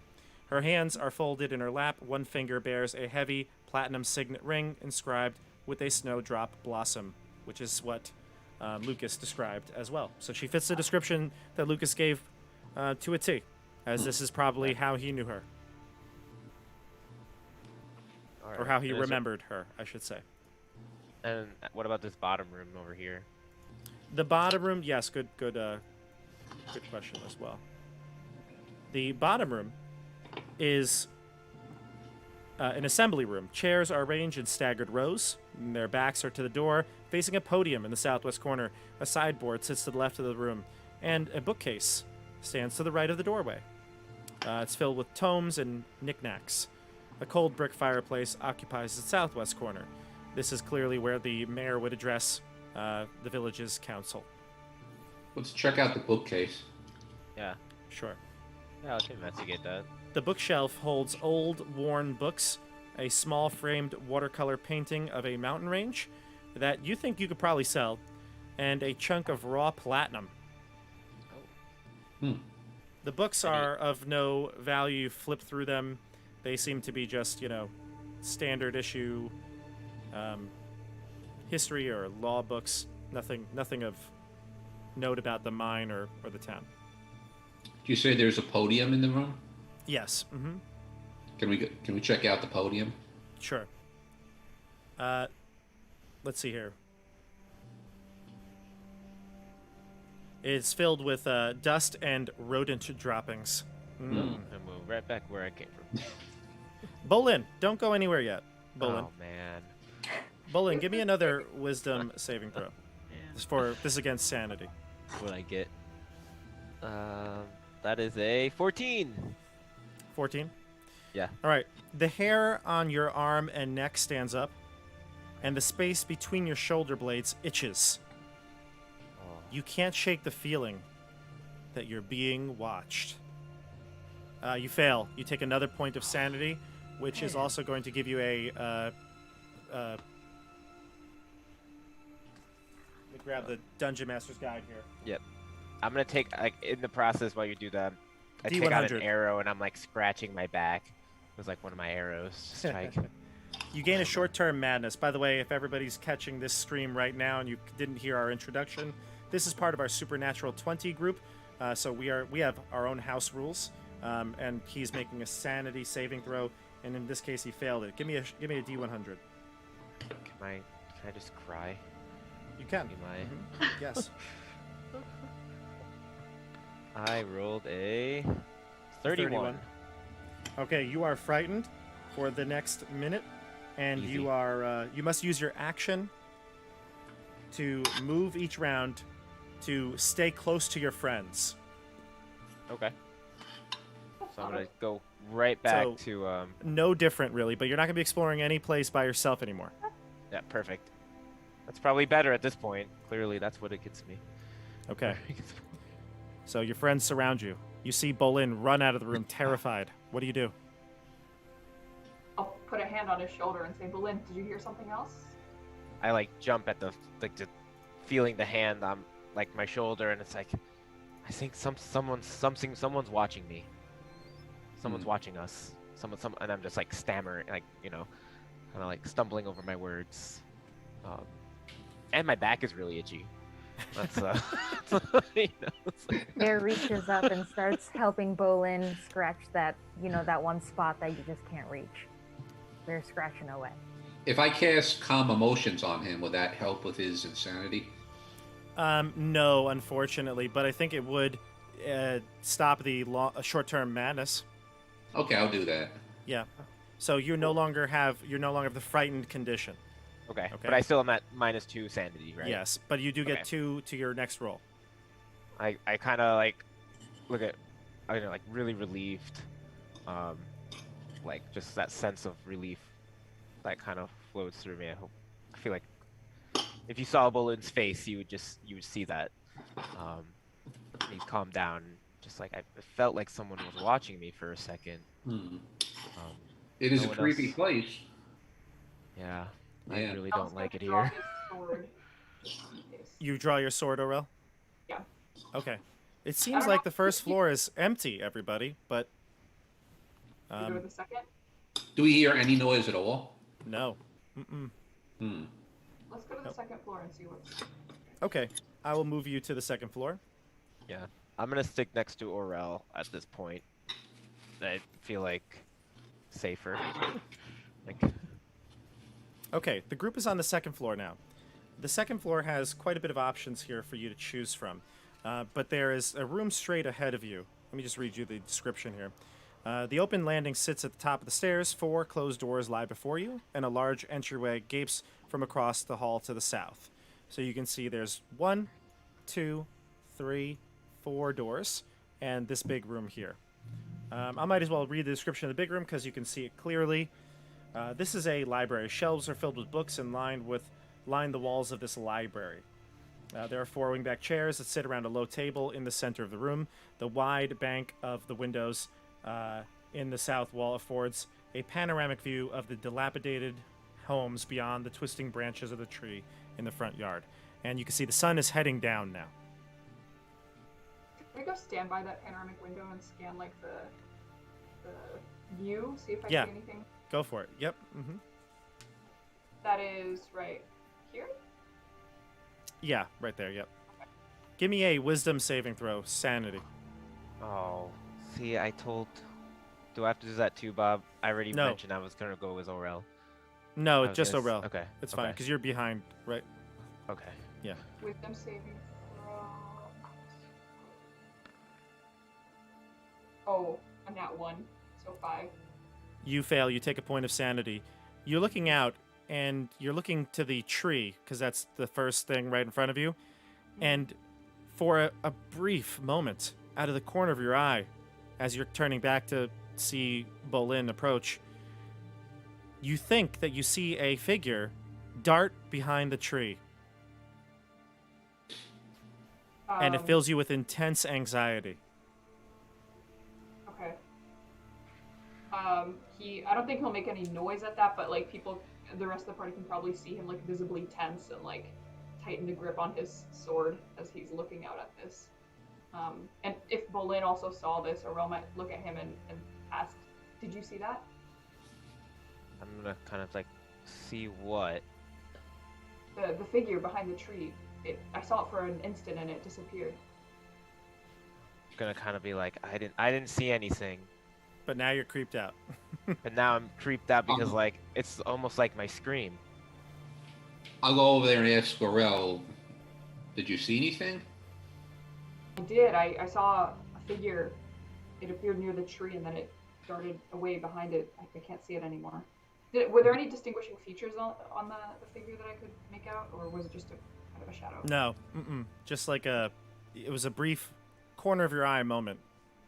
Mhm. I'll look outside too. Do I see anything, or No. Trees is it getting stands dark alone. yet? Or It's about, I'd say it's got sundown now. Yeah, Okay. it's getting dark.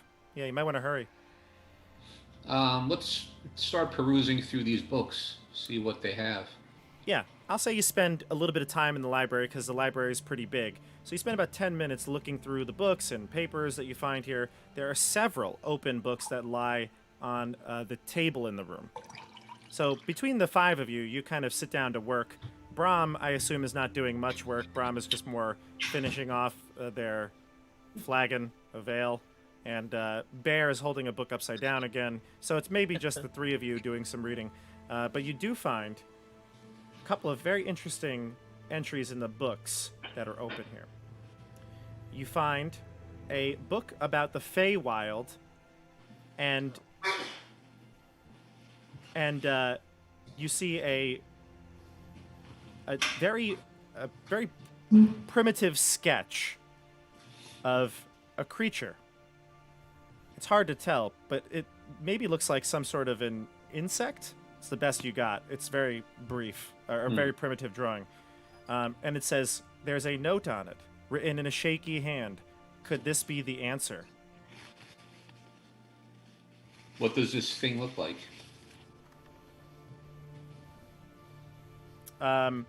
It looks kind of like, well, I'm actually going to have, Is it me well, again? here it It's is, me again. everybody. What's that? Oh, I thought I was gonna have to roll another wisdom save. No.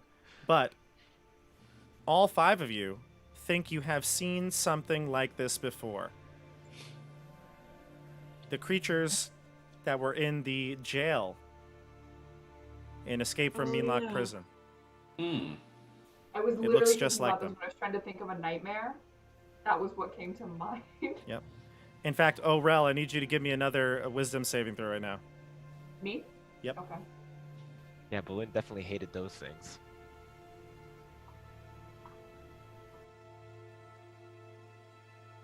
21. Okay, you pass. You do not suffer the effects of the sanity. However, you go into sort of like a trance. You are taken back to Meanlock Prison. You see the Blessed of Pelor, and his third eye tattoo is no longer a tattoo, it's an actual third eye, and he's talking to you.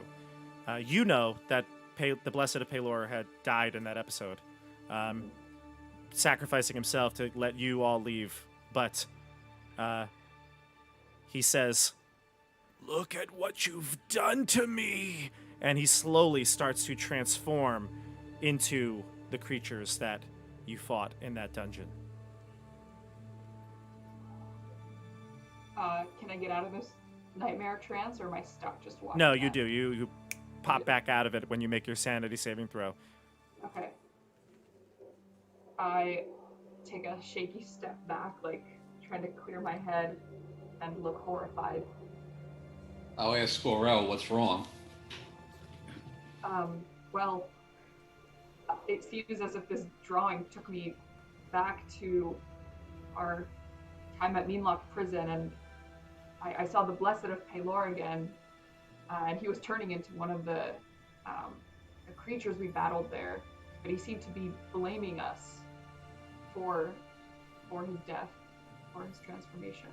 And the eye on his head was no longer a tattoo, it was actually a third eye. It was quite disturbing. That's your fear. Yes. Do I think that this house is preying on our worst fears? I don't know. I mean, I'm starting to think that. Everybody's talking about nightmares, and she just had a very specific type of incident happen. Could be. I mean, I haven't felt anything. So, I don't know, man. But you're wasted, so. You haven't felt anything. Wow. Drunken monk. That is a drunken monk. Not wasted monk. I'll cast Detect Magic in this room. You don't sense any magic. I'm gonna say, like, maybe we should just look at the other rooms real quick and get out of here. Yeah, I'll help you out a little bit because you wanted to look for more paperwork or journals or something like that. That's all you find in this room. But you do, when you search the rest of this second floor, you can see there's a couple of other bedrooms. Some of these bedrooms are not, they're totally dust filled, and there's nothing seems like nothing seems out of the ordinary. But in this bedroom here to the west, this is the mayor's bedroom. A double bed sits beneath the windows along a far wall, and a fireplace occupies the corner. There are piles of crumpled, half-written letters on the fireplace mantel and the floor nearby.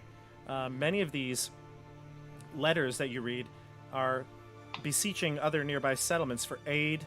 Among them is a completed letter addressed to the mayor of Mayrin.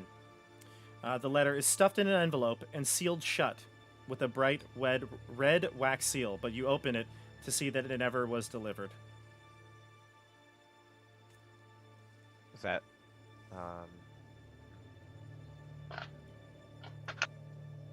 okay. Does that letter say anything in particular? Like anything like Yes, specific it journals the chronicles of the disaster at the mine and the villagers' rescue efforts in the following days. But they had to stop the search due to fear of more cave-ins. If they attempted to remove any more rubble, even with the miners still missing, it could collapse. So they didn't chance that. She also writes about how villagers are going missing and of the helplessness that she feels, as well as stubbornly staying on to determined to find those who have gone vanished. Was never delivered. Right. So, give me insight checks. Anyone who read both of those letters. Who would have been reading them? I don't know who would have. I see a Bolin and Orel in the room, but I don't know if anybody else would have read it. 15. Ah, gotcha. Okay. So you read in the other room that she says, "This is it." It was written in the same handwriting, probably the mayor. She seems to have found out what could have been in the mine, and the letter was never sent. So perhaps, if the mayor had not come to Mayrin, perhaps that is where she went. So maybe we should tell the group. I go to Aurel and say maybe we should go to the mine. We must proceed carefully. If the mayor found that these insect creatures that have a uncanny resemblance to meanlocks are behind this, I would proceed with much caution. Okay. All right, everybody. To the mine? To the mine. To the mine. Oh, can I, as we're on the way out of this building, can I, like, sneak into the room with the rat-infested chairs? And can I, like, invite some rat friends to, like, crawl up my sleeves and become my pets? Would you allow that? Give me a handle animal check. Oh! That's enough to make me have to roll another sanity check. This is the thought of that. Bullen shrieks in A 21? Ow. Sure, I'd say you could manage to get a rat to come out of the... if you give it some sort of food or some sort of reward, it'll come to you. Oh! I hastily go into my pack and just grab, like, a pinch of rations or whatever, and I just kind of, like, I invite the sweetest, smallest little rat onto my arm, and I give them a friendly little pat on the head. What's and its then name? before Bolin can see, I hastily tuck them away up my sleeve. What's its name? You gonna name the rat? Should be bear cub. I'm gonna name the rat Willard. Bobby Jr. Bobby? Mousy. Hockey's mousy friend. Aw. Mousy? Mousy sounds right, yeah. Oh. Better than Ratty. All right. Mouse, So I'm mouse. gonna move you to the mine map. As you can see on the town map that you're in right now. Actually, no, you can't. I'll go back to the Vermaelen map. So I think- in, sorry, go ahead. Sorry, I think the rat's name is going to be Dobby the Second. Dobby the Second. I like it. Yes. It's got an air of, Can we call him D2 for short? D2. Hmm. Yes, Okay. good. So Me too. you exit out the mayor's home, back where you came, and based on the map in the book, there's to the mine would be to the northeast. Yeah, exactly. Before you go, is there anything else you'd like to do? Like, get out of this building. You're out. Yeah, you're in the Oh, front okay. courtyard now. That freaked you out enough. Yeah. I think before this, Arel would have wanted to go to the graveyard and see like the graves, but now he might be too creeped out to go there. Okay, that's fine. No need to go to the graveyard if you don't want to. All right. You do see something strange, though. As you leave the house and you do look towards the graveyard, Aurel, you see a cart in the middle of the road. Seems out of place, as though most of the rest of this town is shut down. Oh, this is like a Cart? new cart? Like a... Yeah, is it fresh? Like, It doesn't look like it belongs to this town. Correct. would I be able to make my way over there before we go to the? Yeah, it's not far away. It's only like 100 feet away from you. Okay, I think Arel like wouldn't even tell the group. He'd just kind of like hang back and like. Sure. wander I'd say, over. Brom, in your drunken stupor, you see Aurel running away. Running away from the cart or No, to running the cart? towards the cart, away from the group. Oh man, I probably run with her. I'm like I'm in like full sidekick mode this time. Like, yeah, I'm here, man. I got my fists. I'm ready. So you head out on that road towards the cart, and you can see that it stands there abandoned in the middle of the road. It's got a tarp over it, and it doesn't look like it's filled with dust or anything like that. I make my way. How close am I to it at this point? You can get right up to it if you'd like. I'll get right up to it. And does it look like there's anything under the tarp? Like anything bulging out? Yeah, like the remains of the whatever's, it was carrying, its cargo. Mm. Could I use my sword to like kind of lift the tarp and see what's under there? Sure. You'll lift it up and you can see that there are barrels and trunks. Many of the containers are broken and broken open. Many of them are empty. The few that remain carry dried, salted meats. I don't know how long they've been here, though. You may want to be wary of eating it. Brom, you're standing off to the side of the cart. You smell something pretty funky, though, coming from the side of the road in the high grass.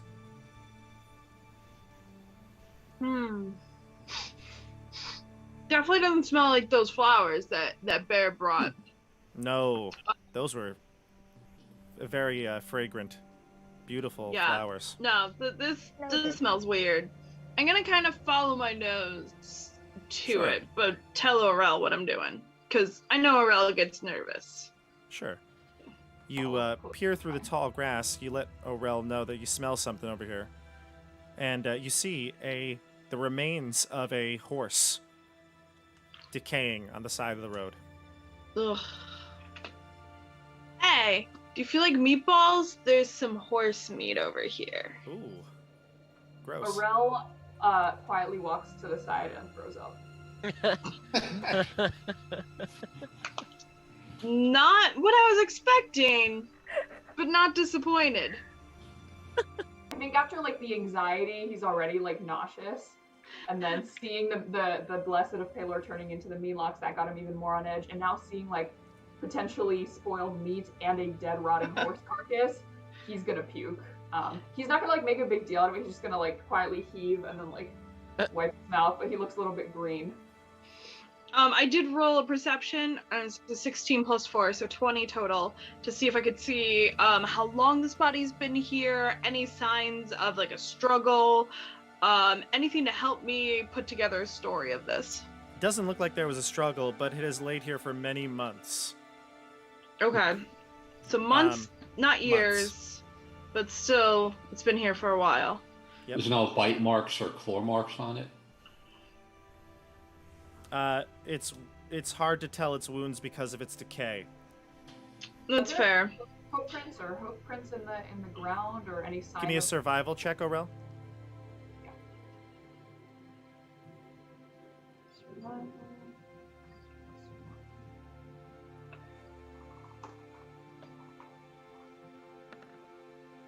Let's see, 16. Rain or perhaps some other, weather circumstances have eliminated any tracks, but you do notice scratches and tooth marks on the broken and empty containers inside the cart. No sign of a driver of the cart. No, but give me an investigation check. Also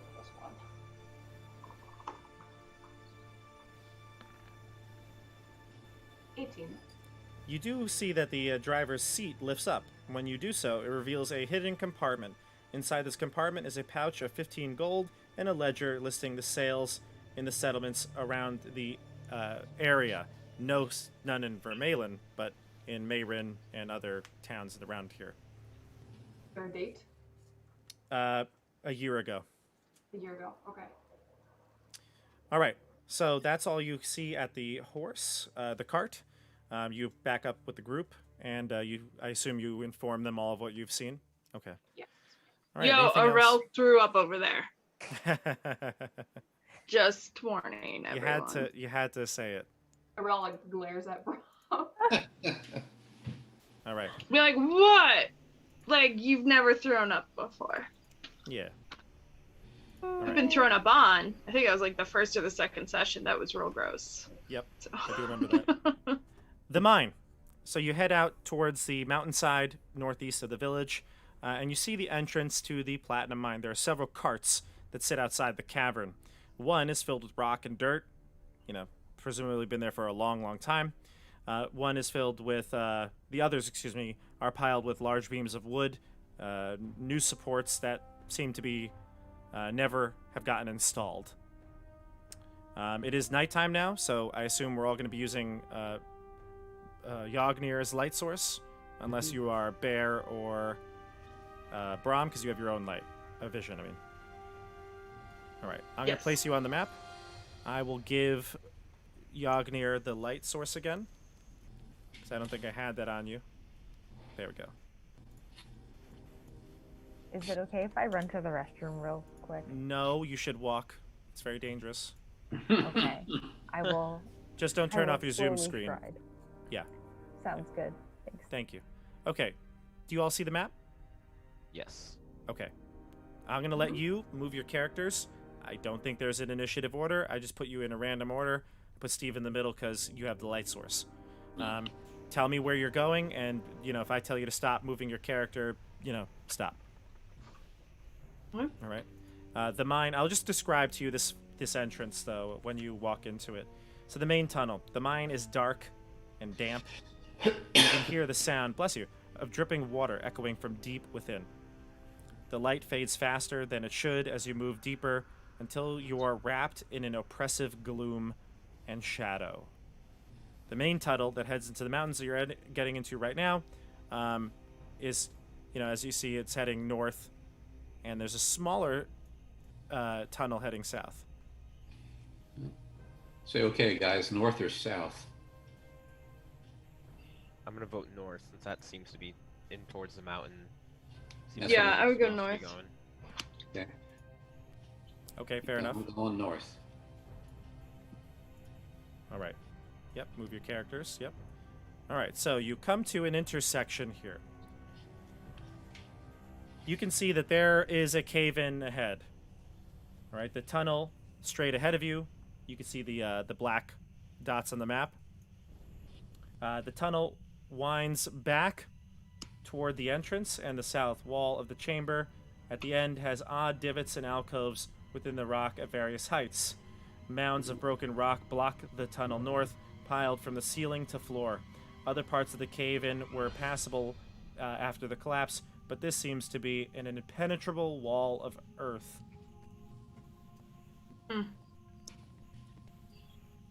Can't I'm go probably that still. way. Can I see if I can still hit it? Hit the impenetrable wall of earth. Yeah. Yeah, you Please. want to like kick a rock or something? Yeah, I'd like to try a bit. Sure. Like strength check maybe? Or Yeah, I guess definitely it's all dex for me. It's going to be strength, yeah. 7. So you So I did not do well. You managed to lift some rocks. So Brom, you lift up a rock and it's a heavy to you, but maybe to Bear or somebody else it looks pretty light. You plop it down one rock and you look at the group and you say, "See? Can move him. It's not impenetrable. Give me a dexterity saving throw." Sure. You're probably good at this. Oh my god. Yeah, but not if I roll 3 plus 4, so it's 7.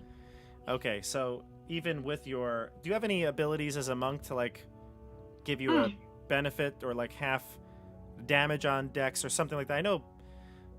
in my mind now, it's so scrambled. I know Bear has something, being the barbarian, with dex saves. Give me a moment. Let me just double check. Sorry. Okay. It's been a That's while. okay. I'm going to describe I what have happens one. while you look, though.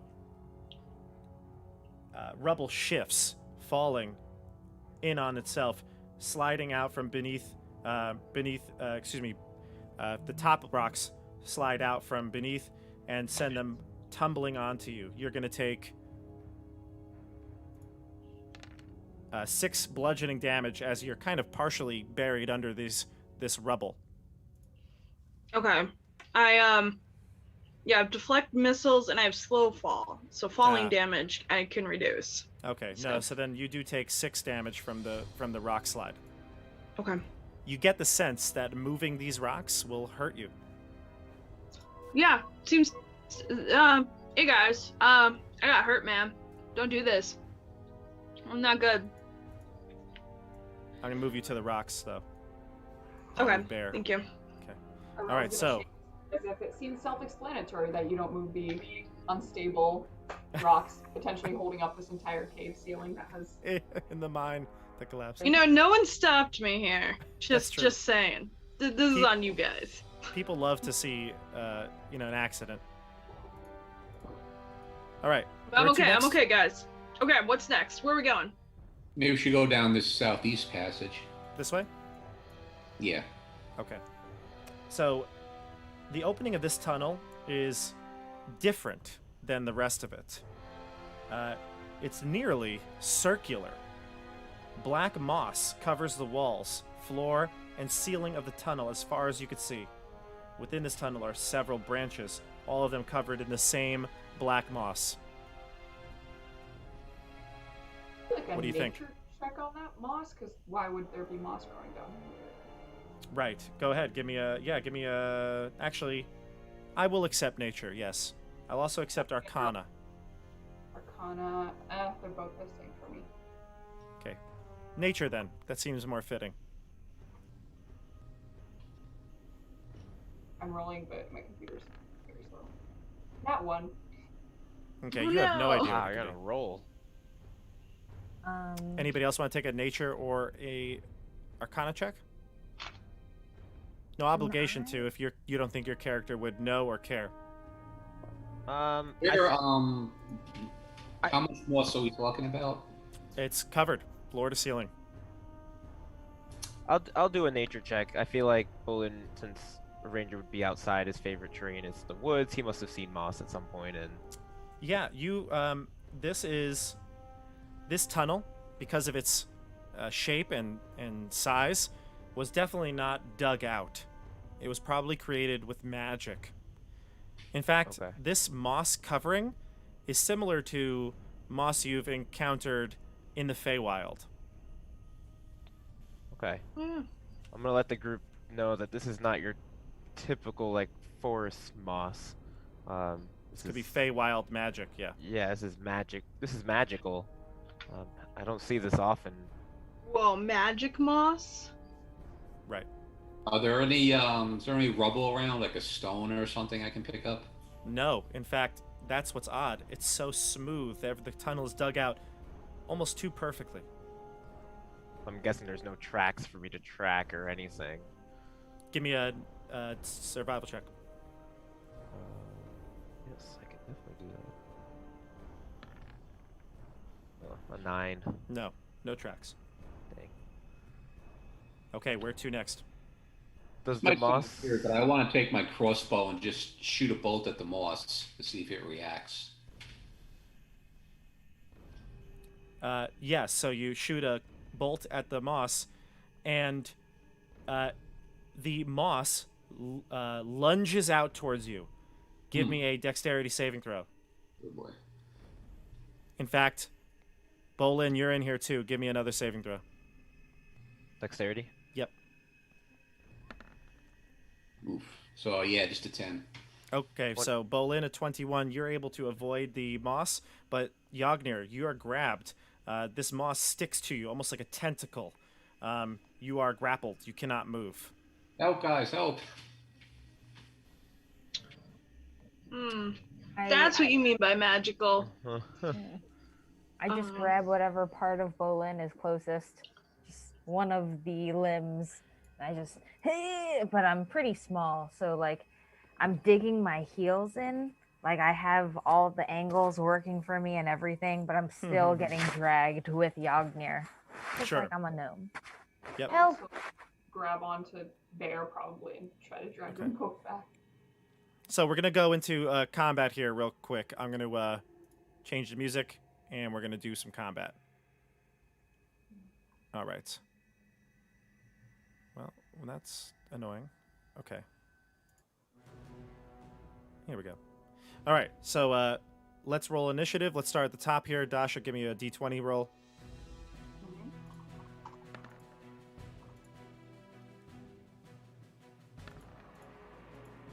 What'd you get? A 3. Okay. Hot rolls for, as Tim would say. Hot rolls. Hot rolls for Daja. All right. Not ideal. Sorry, guys. Okay. So, Steve, Yagnir is grappled by this black moss. Bear is pulling on your clothes, trying to free you, pulling on your limbs, trying to free you from the moss. And yeah, so from behind you, you see a unwelcome sight. You've seen these creatures before.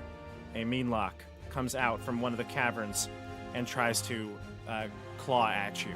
What's your armor class? Oh, at me. Say it again. It's calling at me, you said? Yeah. 15. A 15? Mhm. Let's see here.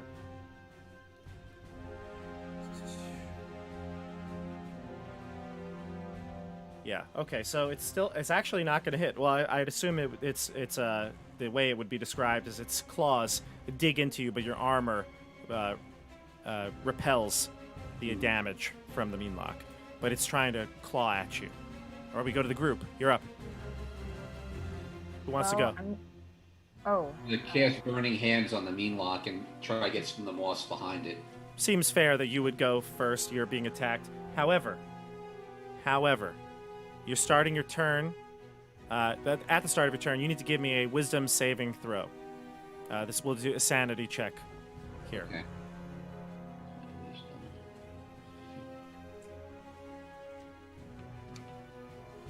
That would be 18. Okay, you do pass, but a vision comes over you.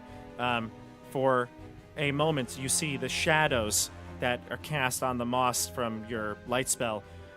They slowly start to reach across the floor, almost like they themselves are trying to grapple you along with the moss. But you're able to repel this vision and focus on the meanlock. All right. Okay. Group, who else wants to go? Bear, seems like you're right there. You want to go next? Oh, yes. I see Yagnir kind of getting grappled, and like my instincts kick in. Hold on. I'm so sorry. Yagnir, you totally get to have your turn, too. I totally skipped over. But I'll cast okay. Burning Hands on the meanlock and try to get some of the moss behind it. Sure. Roll your damage, and I'll roll my save. What is the damage? It's 3d6? Yeah, 3, unless you upcast it, but yeah. I'll upcast it. Okay, Yes. which level do you want to put it at? 2 then? Yeah. Oh, you only have 2. Yeah, duh. Okay, so roll 4d6. All right, all that damage is going through because it failed its saving throw. Nice job. All right, it screeches in horror, and you can see that it doesn't like the fire. It's gonna. It looks like it's gonna try to shy away now. Did You're it hit into the moss, or did it go into the mean lock? It could hit both, but the mean lock is the one that took the damage. The moss is, it might you'll burn some of it away, but there's just so much of it in the tunnel that. And did the fire affect the moss? Yeah, I would say so. Sure. hmm Yeah, you're still grappled though. There's just too much moss at this point. You'd have to use an action to break out. Okay, go ahead, Bear. Oh, this is so interesting. Okay, so seeing the distress that Yagnir is in fighting, I would like to join him. Can I, like, since I'm small, can I slip by him and like end up on the other side? Ooh, like kind of halfway between these two boxes. Yeah. Mm-hmm. All right. So then I want to attack that guy from where I am over here. Sure, you can attack the mean lock. Yeah. Oh, sweet. And I will swing with my big old battle axe. Go for it. Okay. Thank you kindly. That's a +6. Shoop. Oh, so does a 14 hit? A 14 does not hit. All right. Well, I give it a big old swing. I try my hardest, and since I like miss, I'm swung off balance. Can I like try to position myself as much in front of Yagnir as possible? Yeah. Oh, by the way, Not Bear, this I hitbox. forgot. At the start of your turn, I need a sanity saving throw. Wisdom. Right. I'll do Whoops. that retroactively. It's a +0. indeed. It's a plus what? I couldn't hear you there. 0. You're a little low. Oh, Bear, forget everything you're thinking. You're frightened. So you Oh. thought about coming in towards the mean lock. In fact, that might have been a vision. It might have been a nightmare. You walked in Oh. and you swung and you missed, and then the mean lock devoured you whole. But you wake up and you're actually just, oh my gosh, you're still in the spot holding Yagnir's arm, and you're frightened, so you cannot move closer towards the mean lock.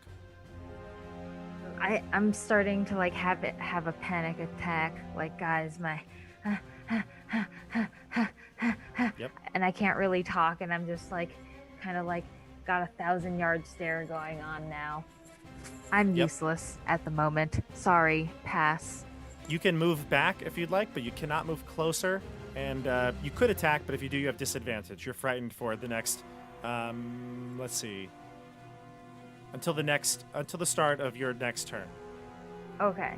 All right. It's just gonna be like just a moment that I need to like Yeah. breathe and recalibrate.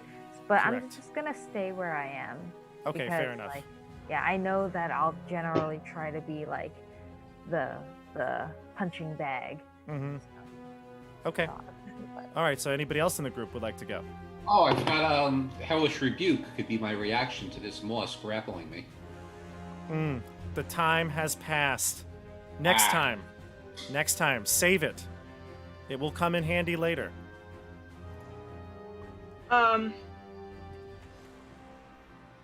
Do I remember from our previous encounter if this is like not to get too close to them or not?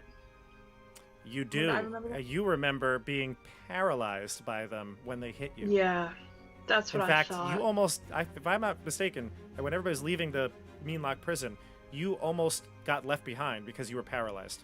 He went to drag. True. Wow. Yeah, I think they had to drag Brom.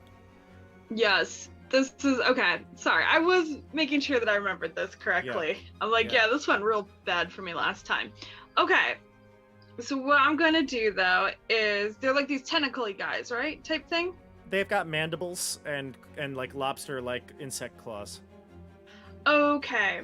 So I'm actually going to take out my web of shooting that my Oh. wand of web Mm-hmm. You know, that thing I have. Sorry. Yeah, the web wand, yeah. It is the Wand of Webs. The wand of web. Yeah. Yes. And I would like to try to hit like behind the guys and like trap them in a spot I behind see. them, because it Okay, looks like so- we're a close enough encounter. How does this look? Can you see my drawing? Like that?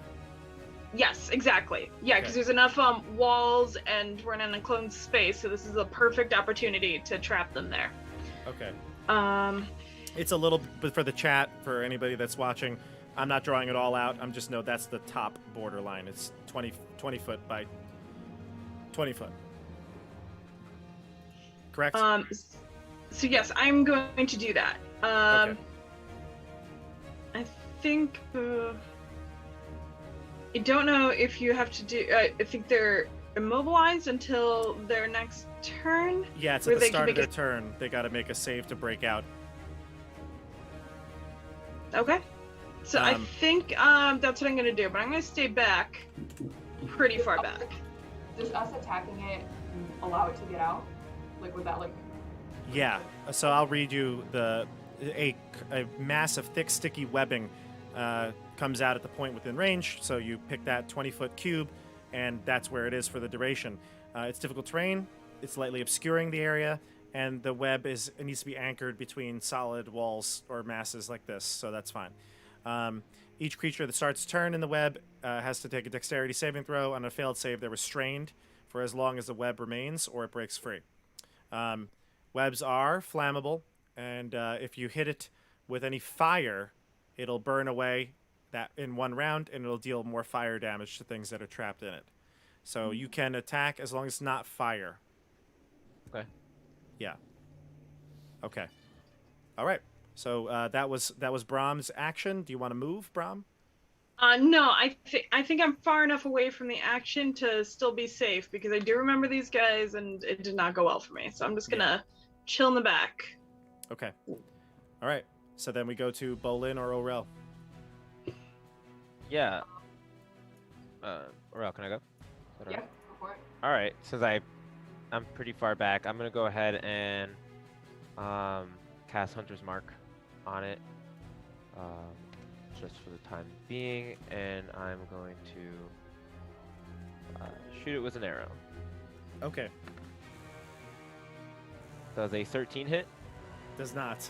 Oh, dang. Arrow gets stuck in the webbing before it even hits him. And, Yeah. All right. Anything else from you? That was your bonus. Do you want to move? no, I'm way in the back, so Okay. maybe I'll Orel? shout like maybe we should leave. Sure. Was another Shout it. entrance, or was Oh, another Rel? way? Yeah. Yeah, I'll probably, like, make eye contact with Bolin and, like, realize that leaving is probably a good idea, so... Yagnir is still grappled. Yeah. Okay, Oh. so I'll yell at everyone else to retreat, and then I will make my way up. Can I hit it from, like, if I stand right here next to Yagnir? Is there a little space I'm gonna in give it. between us? I'm gonna give it a good amount of cover though from the wall and the web. Okay. I'm gonna say it's gonna have 3/4 cover, which is +5 to its AC. Okay. So I will cast. What will I cast? I will cast Bless on. Oh no, sorry, that's an action. I'm just gonna go for it. I'm just going to try to strike it with my sword. Okay, go for it. And see what happens.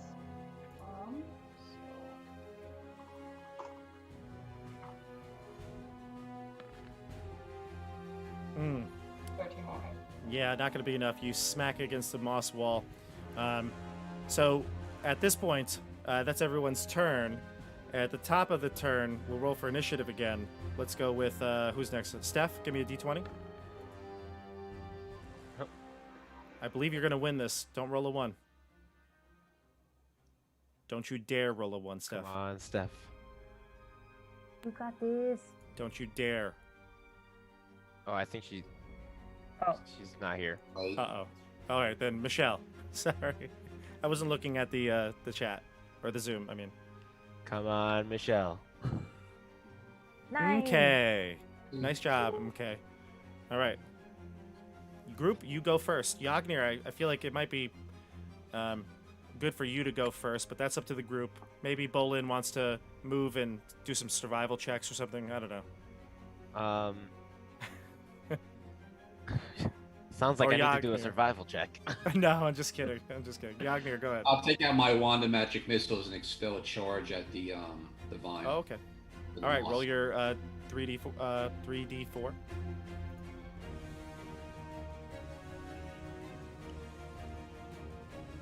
Nice. Wow. +3, so that's 12. Ooh. This thing is hurting. The Meanlock squeals again, and on its turn, it's going No, not to... Moonlock. I was casting on the moss that's grappling. Oh, the me. moss. Oh, okay. Okay. All right. You know what? Fine. I will say that yeah. I will say that heals you. Or frees you. Yeah. That's fine. So With you an act project now, it. it's about to get away from it. Right. So like one missile hits the tentacle on your right, the other hits the tentacle on your left, one that's grabbing you on the floor, and they free. You're free from it. Good. The Meanlock on its turn, as you probably scurry away, you're probably trying to run away. The Meanlock on its turn will vanish into thin air, as you know they are able to do.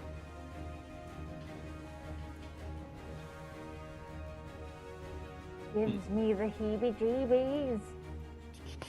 Can I, the moss that's growing on the wall, is it like, I can, it seems like there's different tunnel openings.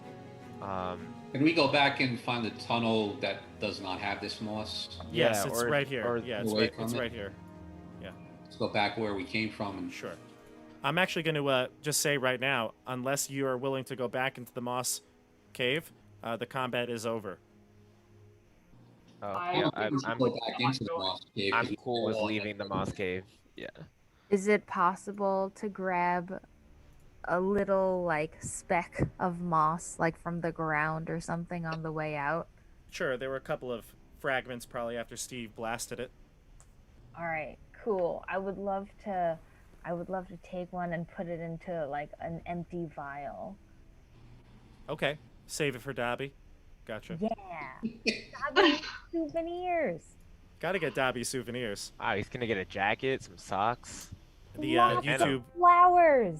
And a YouTube weird chat font. is one of the, I believe it's Waymar saying that we should have a Tarask come in right now. That would have been a different combat.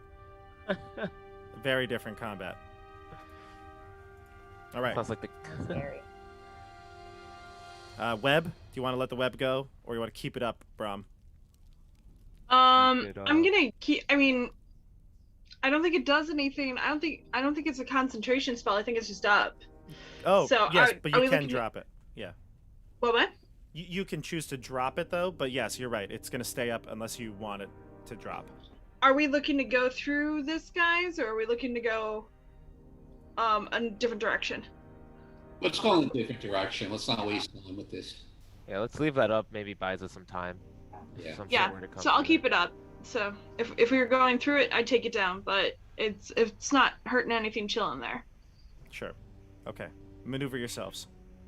Oh, and actually, there's an arrow stuck in it. So I guess if we hear the arrow drop, we know that it's gone. Good call.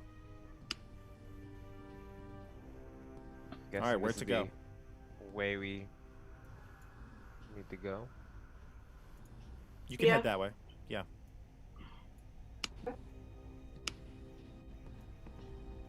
Oh, am I going the wrong way? Didn't mean to move you. Okay. Go down, towards this passage. So you're heading northwest, and it kind of snakes down south again before finally getting towards the western direction. All right. So this area here, the tunnel winds backwards towards the entrance, and you can see that the chamber at the end has large divots in the rock. It looks like, mining took place here at some point 70 years ago. But it's a dead end. Okay. Sorry, guys. That's my bad. Okay, I guess we have to go through the web, guys. I'm just kidding. I'll take it down. Well, no, there was another way. There was one a right at the entrance. yeah, Oh, right. right here. It's a little thinner. You might have to squeeze through it, Bolin. Are you willing to go in there? Yeah, Go first. yeah. I'm feeling a little brave right now. Wow. You got this, Bolin. Ooh. So Everyone, famous give me last a saving throw, sanity saving throw. The entire group at this point. words. What kind? Wisdom. Ooh, at 20. Nice. 19. 14. Some of you may have extra sanity resistance, so you can decide to use that, or not decide. You add that to your roll. Oh, okay, so 15 then for me. Yes, exactly. Oh, okay. You got 2, Christian. Yeah, so Yeah. 21. Okay, so I see Stephanie nat 20, Bolin 19 or 20 total, Michelle 15, Dasha 15. Steve, did you roll? Yep, doing it right now. Okay. Ugh. Ooh. So you're gonna gain a point of sanity, which I believe it's your first this round or this game. Okay. You have 1 resistance to sanity in the future. You also are going to have disadvantage on intelligence and wisdom checks from being distracted. You all hear shifting movement, whispers, and other hallucinations. And this does not stop. In fact, you feel like throughout the entirety of the rest of the trip in the mine, you may have to make these checks frequently. Sounds like a real nightmare. Yeah. Hearing Mhm. things. Also, he's having like PTSD flashbacks to the Yep. the Milok prison. I knew you would. Okay, so the southern wing here. The tunnel ends at a small chamber that holds a worn picks, rusty shovels, and 2 hand carts filled with debris and rags.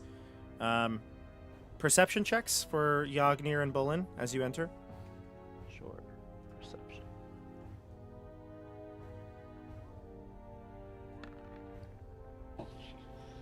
Oh, roll. nice, Bolin. 24. 24. You see and hear bats atop the ceiling. In fact, you see the bats, and based on their movements, they seem like they are disturbed.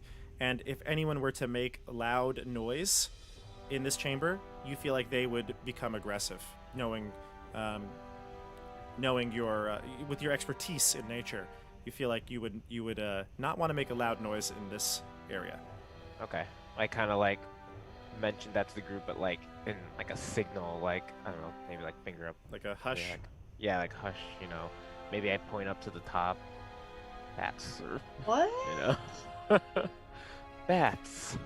Some sort of charades going on. It's a good here. thing Brahm is not in the room, because Brahm would just be like, "What did you say?" Yeah. Yeah, no, seriously. Dude. Be like, why are you making weird faces, man? Do the thing from Tim Burton's Batman. Yeah. So is it just a dead end? It is a dead end. Yep. So we have You're- to go through the moss. You are feeling like to confront these meanlocks, you will need to go in through that mossy area.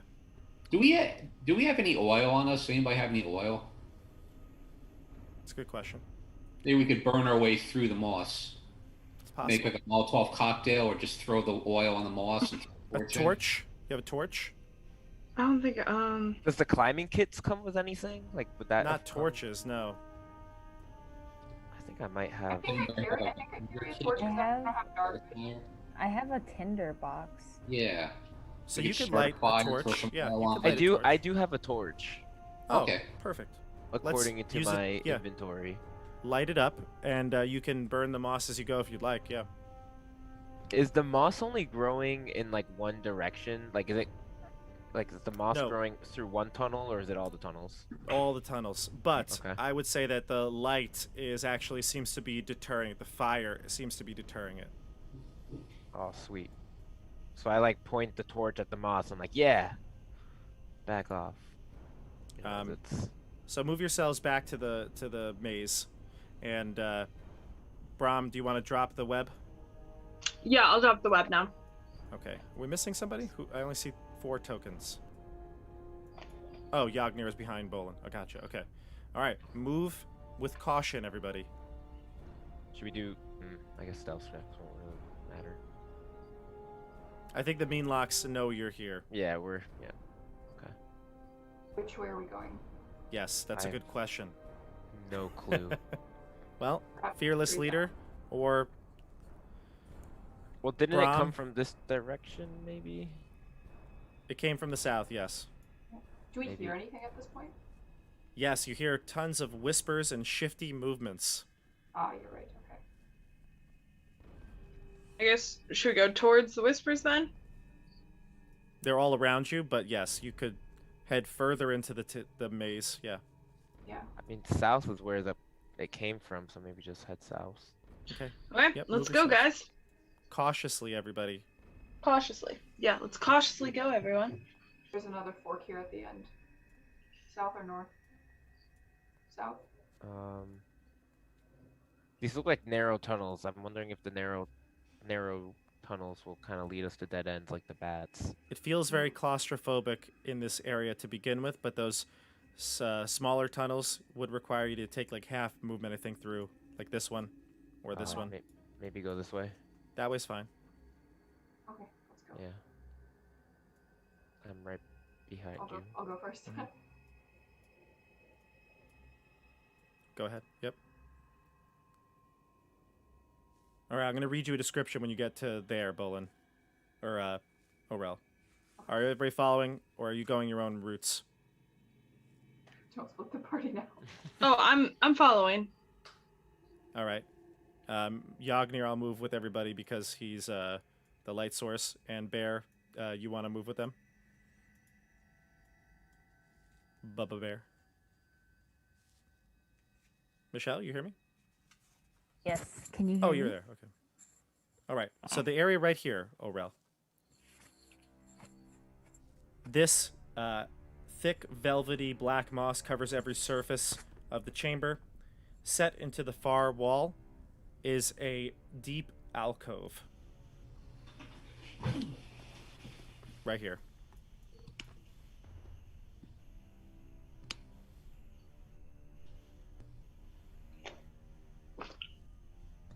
Closer to it? You do? Okay. I think I will. Mhm. Right here. Yep. So you see the deep alcove. When you get closer to it, you feel like you can hear weeping in this alcove. Man or woman, child, Your choice. my The Blessed of Paylor, actually. You hear Ooh. his voice sobbing. Give me a wisdom saving throw. Okay. Oh, Yagnir, you got in the wall. My Okay. magic You're able to skills. resist it. You feel like this might be a trap. If you were to go into the to hear the weeping, or to go closer to the weeping, the moss might lunge out at you. Okay. So I'm gonna like put my hands out like this and like tell everyone to scoot back and not go further. Yeah, good idea. All right, where to next? I guess people are starting to file down this corridor.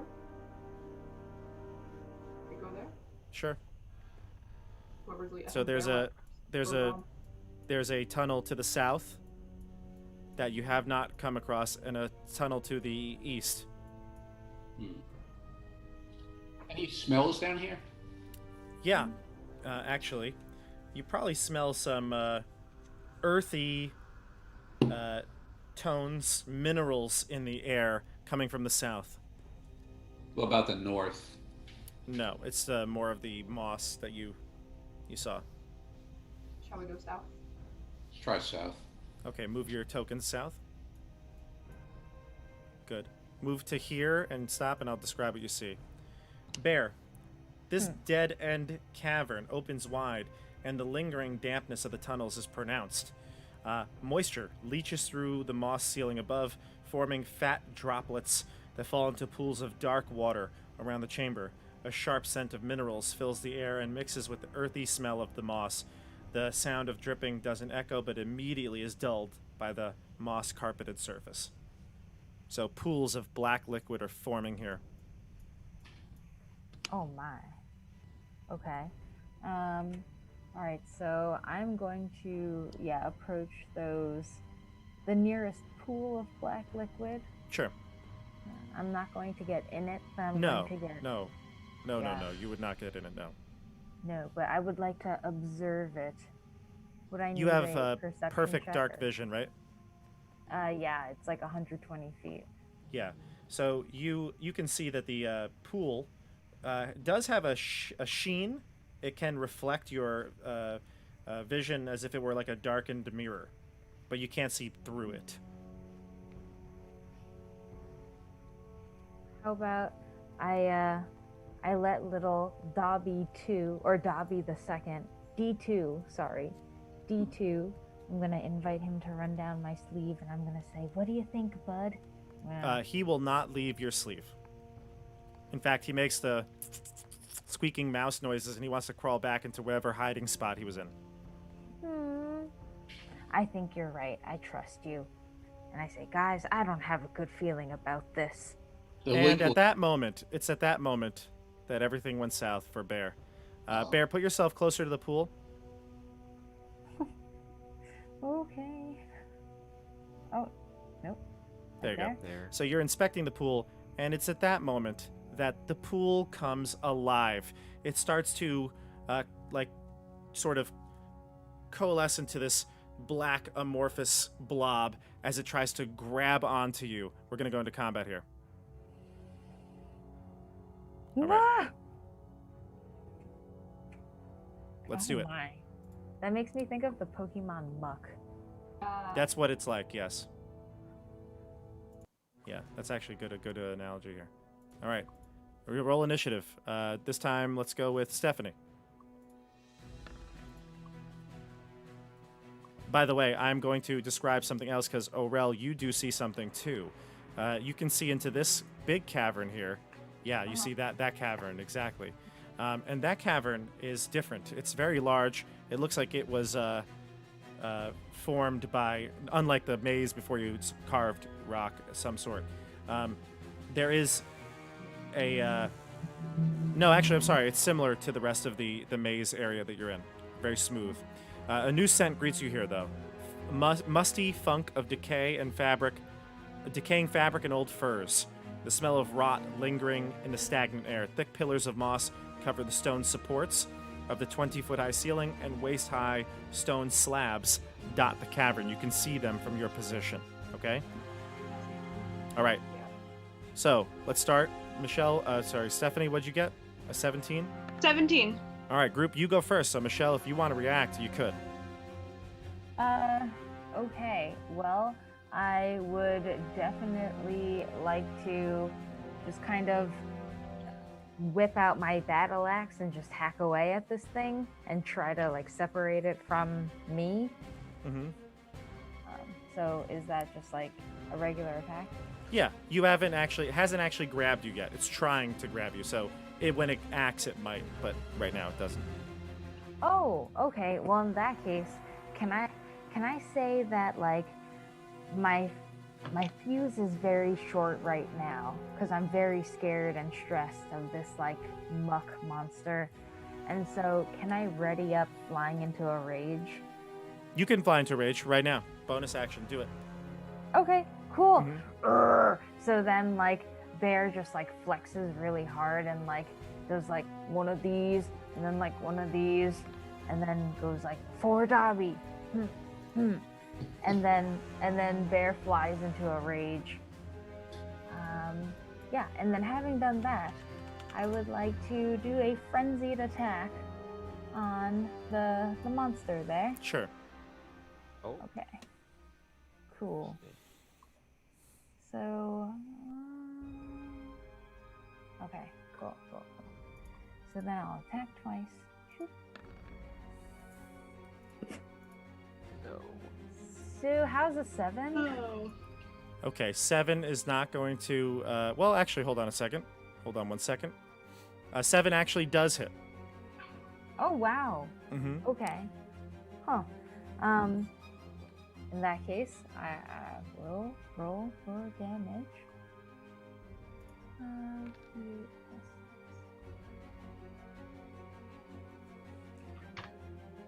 And your damage? Hey, a 14. 14. Got it. Okay. So, Bear, good news and bad news. All right.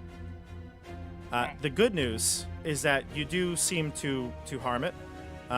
You do hit it. Sorry, you do hit it. But it splashes at you when you swing. You take 2 points of acid damage. That will half to 1 because you're in a rage.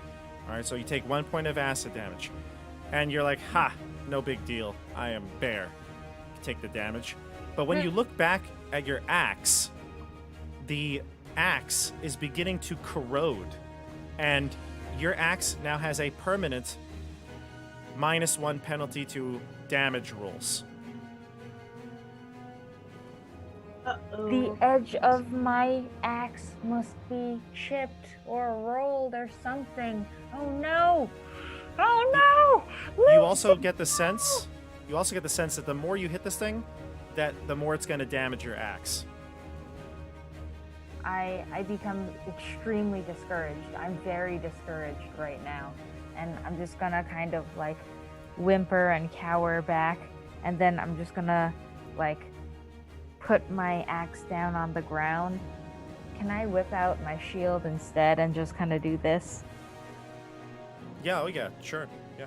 Okay, so I'm gonna barricade and then I look over my shoulder and I say, "Can you guys take this one?" We should get back from it. It's not like grabbing you, right? No, not right now. We can just retreat from there Yeah. to this other cavern. Is it coming out of the pool, or is it like part of the pool? Oh no, it looks like it's coming out of the pool. It looks like Okay. the pool was it, and it's just moving, manipulating itself. Yeah. Yeah, I mean, we can try to run or we can try to do some ranged. I'll cast Sacred Flame on it. Okay. So I have to make a dex save. Sure. Did it Bear, have did its you want to turn yet? leave or no? What's that? Did Bear want to move? I forget. Well, I was just kind of cowering behind the shield, and it was like the moment earlier where I was just frozen in indecision. Ah, okay. So, Mhm. yes. Okay, looking that's to cool. the You stay others. there. Yeah, totally fine. All right, so And I Steve, will Sacred still- Flame on it. What is that? A dexterity saving throw? Dex save, yeah. Okay. Did the blob? You- Did the blob? Yeah. Did it move? It didn't move. No, Oh. no. Go ahead, Steve. 8. 8. Okay, good. All right, so 8. It's radiant damage. Mhm. Yeah. All right, so it takes 8 radiant damage, and oh, Bear. That's right. It actually, you did not hurt it when you slashed at it. It actually seemed like it just went through. It's like cutting through water, so it didn't really seem to hurt it. But Steve's radiant damage does seem to hurt it. All right. It's gonna go now. It's gonna insert itself here. It's going to attack Bear. Bear, what's your armor class right now? 18. Okay, it's gonna get a 21 to hit you. Wow. Whoa. Bear, you take 4 bludgeoning damage and 16 acid damage. Can I have those because I'm in a rage? Oh yeah, you do. Because you're Totem of the Bear, so you have everything. So it's 10 total because it's 20 totaled up, so halves to 10. However, the armor you're wearing right now is partially dissolved, and it takes a -1 cumulative to its AC. Are you wearing armor? No, you're not. I am not wearing armor. Okay, so your skin is burning. Why is life so hard? Yep. All right, so there you go. That's the creature's turn. We go to the group for the rest of your turns. Sure. I'll just go ahead and fire an arrow at it. After Okay. seeing the axe not go, I'm not really sure. But before I roll, Bob, I'm actually going to take a -5 to my roll to get the Good extra idea. plus 10 damage. Good idea. Uh, Yeah. So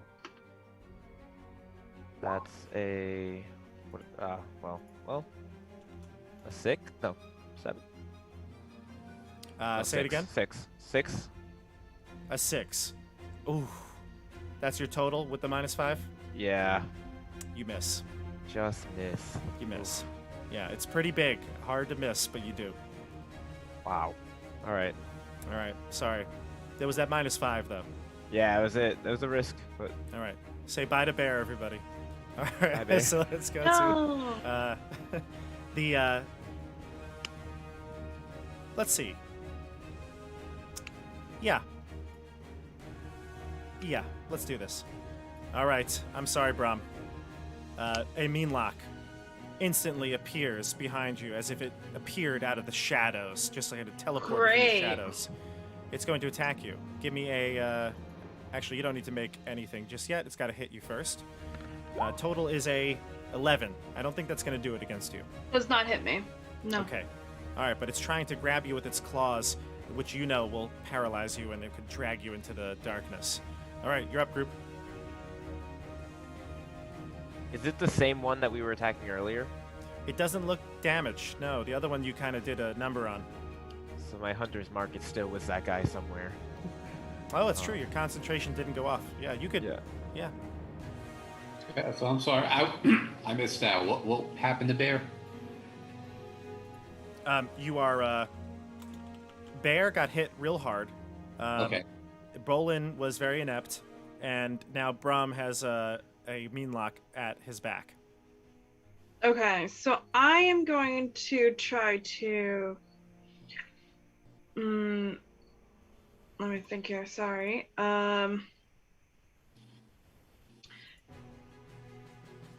Okay, so I'm going to do I'm gonna try to punch it, and then punch it again for my bonus action, and spend a key point to move away from it. So let me try to punch it twice. So one is a 17 plus 4 is a 21. The other one's a 10. The 21 will hit. The 10 will miss. Although you get 3 attacks, right? Because isn't it the? No, I'm going to use it. Instead of the Fury of Blows, I'm actually using Step of Wind to get away from it. Oh, okay. All right. So then the 2 attacks, 1 hits. Okay.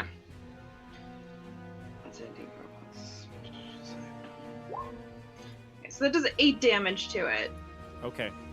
And I'm Got actually going to move away from it. All right. Okay. Perfect. You move to safety. All right. We go to let's see. I bet you actually, Aurel, you can't even see the mean lock because the light source isn't there, is it? Oh, you'll hear me yell. Oh. I mean, you can't see it, but I'm like not happy. Which is really great because like I'm not like for the players side of it, I'm showing your vision to the viewers. Like Bolin and Aurel are the humans of the group, so you don't have endless sight. And Yagnir is here. His sight is being that he's displaying with the light is cut off, so you cannot see the mean lock that's creeping around the corner. I can only That's see up to actually this spot right here. Yeah, exactly. I'm showing them what you can see right now, and you can't see more than 10 feet past that spot. Yeah, that's great. Love it. But what I've heard, the scream, I guess. Say it again, Aurel. I couldn't hear you. What I've heard from react. to Oh that. yeah, and I think Brum, did you say something as you passed by? I did, and actually, yeah, and now I see. I forgot that I had my drunken technique where I could have done Fury of Blows and still disengage, but that's Oh. okay. I mean, that's on me. I already did my turn. So. You can give me another attack because that's what I thought you were Okay. doing. You can give me another Yeah, attack. I'm sorry about that. I just forgot that. How dare you forget a rule? All right, it's a 16. That'll hit. That'll do So it. okay, so it's just another. It's another 8 damage though. So 4 plus. One unarmed strike as a bonus. Damn it. Unarmed strike, yeah. D4 plus 4. So another 8 points of damage. Got it. Yep. Okie doke. All right, so you do a total of 16 to that mean lock, and then you hustle on out of there behind Aurel. But you do Oh see yeah, and I was into this- definitely going. There's a thing. There's that thing. There's that thing. Yeah. That thing. You do see into this room now, because you were unable to see it from your previous position. You see the pillars and the stone slabs in this room. And I see Okay. things over there. I don't like this, guys. I don't like this. Is Muck Monster still attacking? Yep. Mm-hmm. I'll Right, so- cast Well, I think you went already this turn. I think the only person who hasn't gone is Orel. Am I wrong? Oh, okay. That was. Yeah, I think so. That's Yeah, it, right? Hearing Brum scream that there was the thing before, I think you can probably infer that it's the Melock maybe. So I think Orel will charge this way towards the Sure. Melock perhaps and engage with it. As he's running, he will cast Divine Favor. So Okay. he says a prayer to Palar, and he now has extra D4 radiant damage on hit. Say it again a little louder. Couldn't hear you. Oh, sorry, I don't know what's wrong with my mic. He will cast Divine Favor as he runs towards it. So And I heard that it's a D4. D4 radiant damage to hit. Gotcha. Okay. Yeah. Go for it. And yeah, he'll slash with his sword. You clearly see the Meanlock as your dagger that glows, or your 20. sword that glows. Gets closer to it. 22 That'll hit. damage. That's nice. Oh. 22. Yeah. Yeah, that was very good. And that will do 3 plus 5, so 4.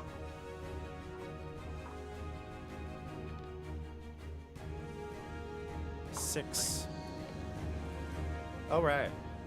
10. 10 damage, and then because of my Shield Master feat, I believe I can, if I take an action, I can also use my shield to push the guy back, Correct. away from me. Yep. So, yes, I can take a bonus action to try to shove a creature within. Oh, sorry, no, I already did a bonus action. Your myself. divine favor. Yeah. So, Okay. So yeah, so I'm just there engaged with it. Good. Okay. All right. Remind me, you need to. I forgot for Brahm. We'll do it later. A wisdom save for the fear. So Brahm, you can give me one, and we'll remember for next time. You can Sure, move yeah. closer to it. I'm sure that doesn't bother you though. Okay. Oh, I think that's a fail. Yeah, so- That is a 3 plus wisdom. Sorry, plus 2. Yeah. So yeah, that's a 5. So I fail that. Do you have any sanity lost this game? No, nope. I've been out of the mix of it this For the game. first time. Look at that. Very nice. All right. Doing so, well. Brahm, you're okay with sanity. You just took 1 point. Orel, remind me on your beginning of your next turn, okay? Okay. All right. That's the end of the round, everybody. Let's go to Steve. Give me a d20 roll for the initiative in the next round.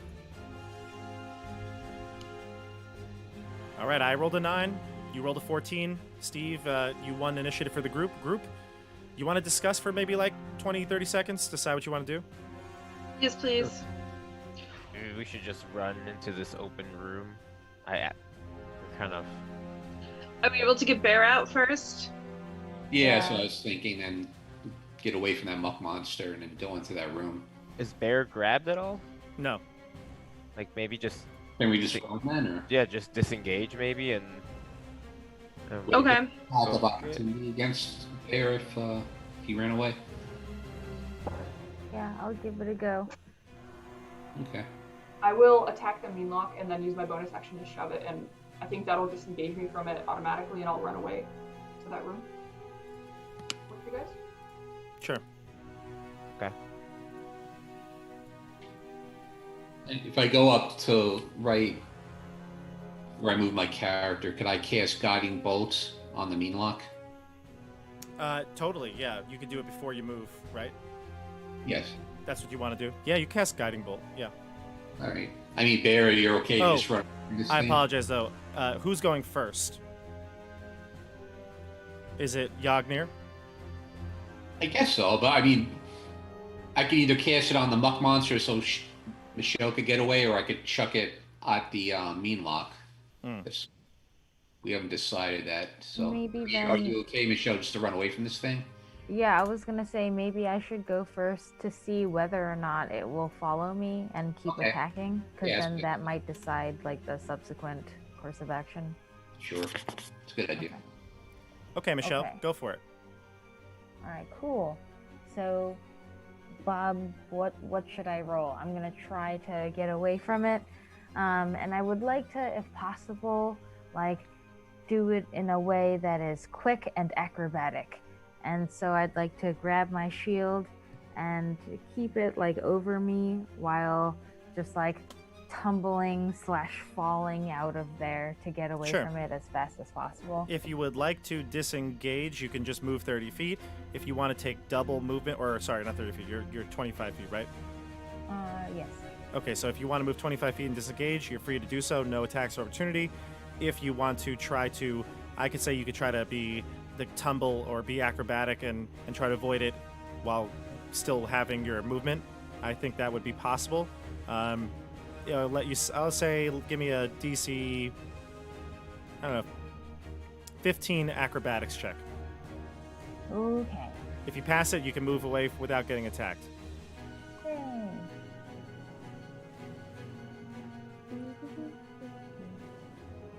And I think it's really going to work here because this thing is kind of slow moving and maybe react a little slower than many enemies. Many enemies. Many enemies. Yep, that's what I was thinking of. Yep. All right, so you rolled an 18, so you're good. You can kind of tumble away from this creature. Go ahead.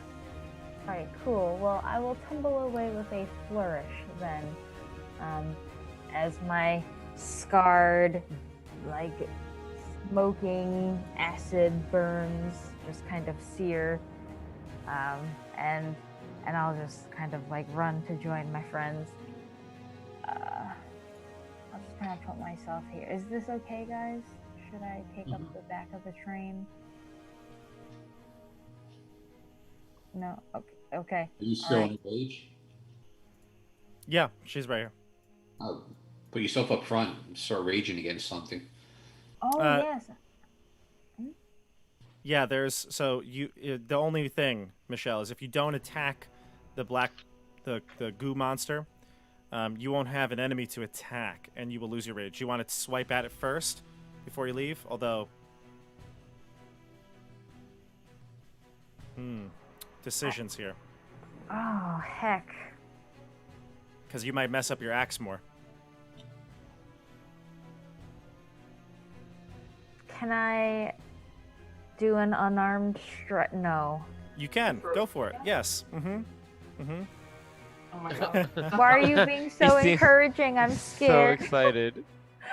I do it all the time, man. You got this. That's right. Brom would beat this thing to a bloody pulp with his fist.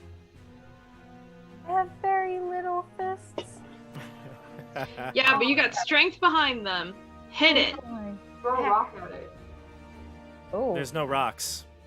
There It's are just no smooth rocks. moss. Oh. Oh boy, Well, bear. I'm going to grab my little vial of moss then that I saved from earlier. I'm going to chuck that at it. Sure. Give me an attack roll. Dexterity attack roll. It's an improvised weapon, so you're not going to add your proficiency. Oh, fascinating. Oh, and it's a thrown weapon? I'll count that. It's the strength. We could do strength. Strength, because it needs to be a strength attack, I believe, to keep it going. So it's fine, because it's a thrown weapon. Okay. Oh, cool. Oh, that might need melee. I might be messing you up here. It might be a melee Oh. attack. How's a nat 20? Wow. Well, Nice. sure. Impressive. Fine. The moss eats the muck. You'll Hey, do a that's point of great. damage to it. One point. It'll double to 2. Yeah. Nailed it. It'll double to 2. I Okay, do so- a big like slam dunk action, and like I'm a gnome, so ultimately I when I jump I'm like 2 feet off the ground, but I'm still like, ah! And like the vial just shatters pathetically at the feet of the ooze, and that's about it. But Okay, actually, you'll be fine because it's just an attack, so that does work. Yeah. Okay. All right, so move to the end of the line, and you escaped acrobatically, and you're good. Ooh. As you leave, Michelle, you see where you hit that thing with your axe last turn, even though your axe didn't seem to mind, the damage. The area of it that you cut falls off in a plop on the floor, and then it starts to act on its own independence. Uh-oh. Okay, so the baby pudding is going to go next, and it's going up to the Yagnir. Yagnir, what's your armor class? 15. Okay, 15. Is this the same pudding that killed Flair in Icewind Dale? Shh. No spoilers. Yes. For anyone that hasn't caught up in Icewind Bob, Dale, you can That was bleep a that out. while that was a bleep that while out ago, that episode. You can We'll bleep that out in post. post-production. Yeah. We'll bleep it out in post. Sorry. No, it's okay. You're right. It happened months ago. So It was a while ago. if they haven't seen it by now, leave a Yeah. link to that. We'll leave a link to that one right here. Right here. All right. If it rolls a nat 1, Steve, so you got lucky. The black pudding did not get you. All right, group, you're up. Sacred flame on the little baby pudding. Oh, baby pudding. Huh? All right, it's gonna fail. Nice. What was the damage on that? I forgot. Sacred flame. What's a D8, right? Yeah, right. Yeah. Yeah. Radiant damage. 6. Okay. Take 6 radiant damage as some of the pudding is dissolved. We go I'll be right to. You want to move? I don't know if you want to move. Yeah, you know, Not- I mean, Not in real life, Steve. I have to get changed. But Go yeah, ahead. I know. I'm just kidding. I said you want to move, and he's like, I'm getting out of here. All right, Perfect let's go timing. to the rest of the group here. Oh, no, the black pudding goes. The big pudding goes. So what's really disturbing is this thing is pretty massive, but it kind of like evil T-1000 in Terminator, kind of surrounds the edges of the moss and comes around the baby black pudding, and it's going to land like right here, adjacent to both of you. It's going to attack Bolin. Bolin, what's your AC? 16. Mm. Oh no, is that a That's a nat 20. did crit? Of course. This is what killed Flair. Jeez. GG. Oh boy. Oh my god. Whoa. Bolin. Oh my god. Rip. Bolin. That's Yes. so much. 44, 7 and 4. It's 11 and 44 is 55 damage. Oh my god. Well, I'm down. Hold on. How much HP do you have? I was at max at 40. Okay. You're alive. Still. Oh my gosh. Is it? It had to be half of that, right? So you needed to do 60 to. It needs to. So it's when it brings you to 0, the remaining damage has to be your hit point maximum. So it needs to do. 80. It needs to do 80 to kill you Okay. outright when you were at full. All right, so I'm at 0. Okay. Wow. Doing great, This guys. is I have a bad streak with these black puddings. My God. Okay. Wow. Oh no. Look at that acid damage. 44. Okay. Oh, Group, you're up. Bolin is down. Oh man.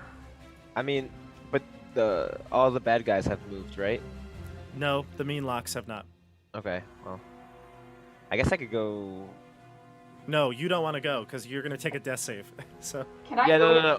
I was gonna say, don't even try to save me until the very end. If someone gives me, if I got like yeah. 1 point of lay on hands or something, then I'll just disengage and book it. Oh, Should this is I getting tense. lay on hands you? Well, no, I can't disengage from the mean lock without provoking. Well, I could disengage, but then I can't give you lay on hands. Yeah. And plus, you First did it- off, you- Rel, if you want to go, you got to give me a fear save. Yes, I want to go now, and I want to. Okay. Give me a wisdom saving throw for the sanity. Do you have +2 to this? +2 now, yes. No, you only lost 1, right? Oh yeah, you're right. I only lost 1, but regardless, it's a fail. However, I have the what's it called? Holy symbol of Saint Taragnus from like 2 episodes ago that gives Yeah. me an advantage on 1 wisdom check, so I'm gonna retry. Go for it. Nice. Oh, look at this little trinkets coming in handy here. Oh, well, No, I spoke too soon. so I fail. So before you do anything, Dasha, is that original 11? hmm Is that original 11 with or without your sanity bump? That is with so that's +1 my wisdom, +1 my sanity. You So pass. +2. Oh, You pass. Shocking. Yeah, this is a different. So you're hearing the whispers, the things around you. That is separate from the Meanlock's aura of fear. Okay. Okay, so their aura of fear is a little easier to pass. It's the whispers that you're hearing, and the rend mind ability that they had in the previous game. That's what they're doing to mess with your mind. This is a fear effect. Okay. Okay, all right. So you are free to move. Okay. So I will, first of all, try to strike it with my sword. And That'll do it. There we go. 1 hit, and then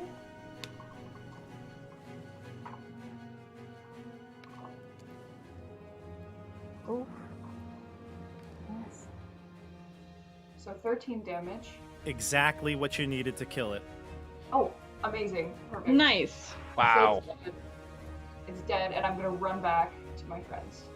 Okay, you And see I the can't black run past pudding. Yagnir, right?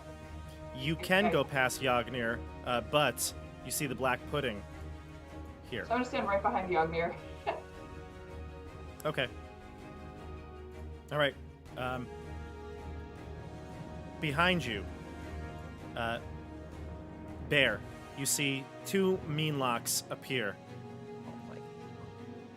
It's only I'm going to let one of them go right now because it's one turn. So this one will attack you. Oh boy. What's your armor class right now? I guess there was 1 acid damage, so 17 now. Oh, but you're not wearing armor, right? Oh yeah, right. It was just Yeah. skin burns. Okay, Yeah. 18. You're good. So it fails to hit you, and then we go to the group. I believe Brahm, and that's it. Brahm and Oh and darn. Okay. Bolin, of course. Well, I was gonna try and pull Bolin into this room, but there's black pudding on one side and these guys on the other side. We're kind of screwed, guys. Okay. Oh, Brahm. I guess. Brahm, I need another wisdom saving throw from this Meanlock now. Okay. I guess. No, I'm just kidding. Oh, I Brahm. failed that one too. I can't. I'm rolling Brom. these 3s, man. Brahm, give me a D100. I'm so sorry. Sure. Oh boy. Was there anywhere else we could have ran? If we like run back where we came from, was there any other? way? 13. You might be able to. 13. You retreat into your mind and you become paralyzed. Oh no. Oh no. The effect ends if you take any damage. All right. Okay, so I can't do anything until I take any damage. Correct. Don't like punch. Yeah. And Yeah, like, right. strike or something. Or, like 1 HP. So I am unable to do anything, guys. I'm very sorry. I don't think. Nope. That's all I can do. Sorry. Okay. Brahm, the last thing that you think about before you retreat into your mind is that the Meanlock that's standing in front of Bear, the one that is causing you the fear, Mhm. has a large snowdrop pendant, signet ring on its claw. It's the mayor. It's the mayor. Am I able to communicate that before I retreated into my mind? Nope. Well, that sucks. That's going with me to my grave, guys. Not dead yet. Would Bear have seen that? Bear is too preoccupied with pudding. Okay. Although when it's Bear's turn, if you'd like to look at it, you can. All right, so that's the end of the round. Bolin, give me a death save. How do I whisper it to you? Is it GM whisper? Yeah, but if you want to, you could just roll it aloud. It's Okay. fine. On the Candlekeeps, I've been rolling them up in the open because I don't have a whisper for my rolls either. Okay, so it's a fail. Oh. All right, so you have 1 fail. Yep. All right, we go to the initiative. This time, Christian, you roll me a d20. I'm gonna use up my good D20. You're gonna need it. I got an 18. Ooh, Yep. I saw that 20. I got 2. So. Okay. The other Meanlock is going to come in here, and now it's size up the situation. It's going to attack you, Bear. Bear, 18 to hit. Pincer claws attack you for an 8. Not going to do it. Nice. All right, group, you're up. Can I get through all these people to the main locks, or is this like a bottleneck, basically? It's a bottleneck, but if you wanted to, you can go through your own friends. That's not a problem. But when you get to Bear, you'll have to push your way through. And I'd also have to take an op attack From the this pudding, guy, yeah. right? Mm-hmm. Okay, so maybe I'll just start attacking this guy, actually.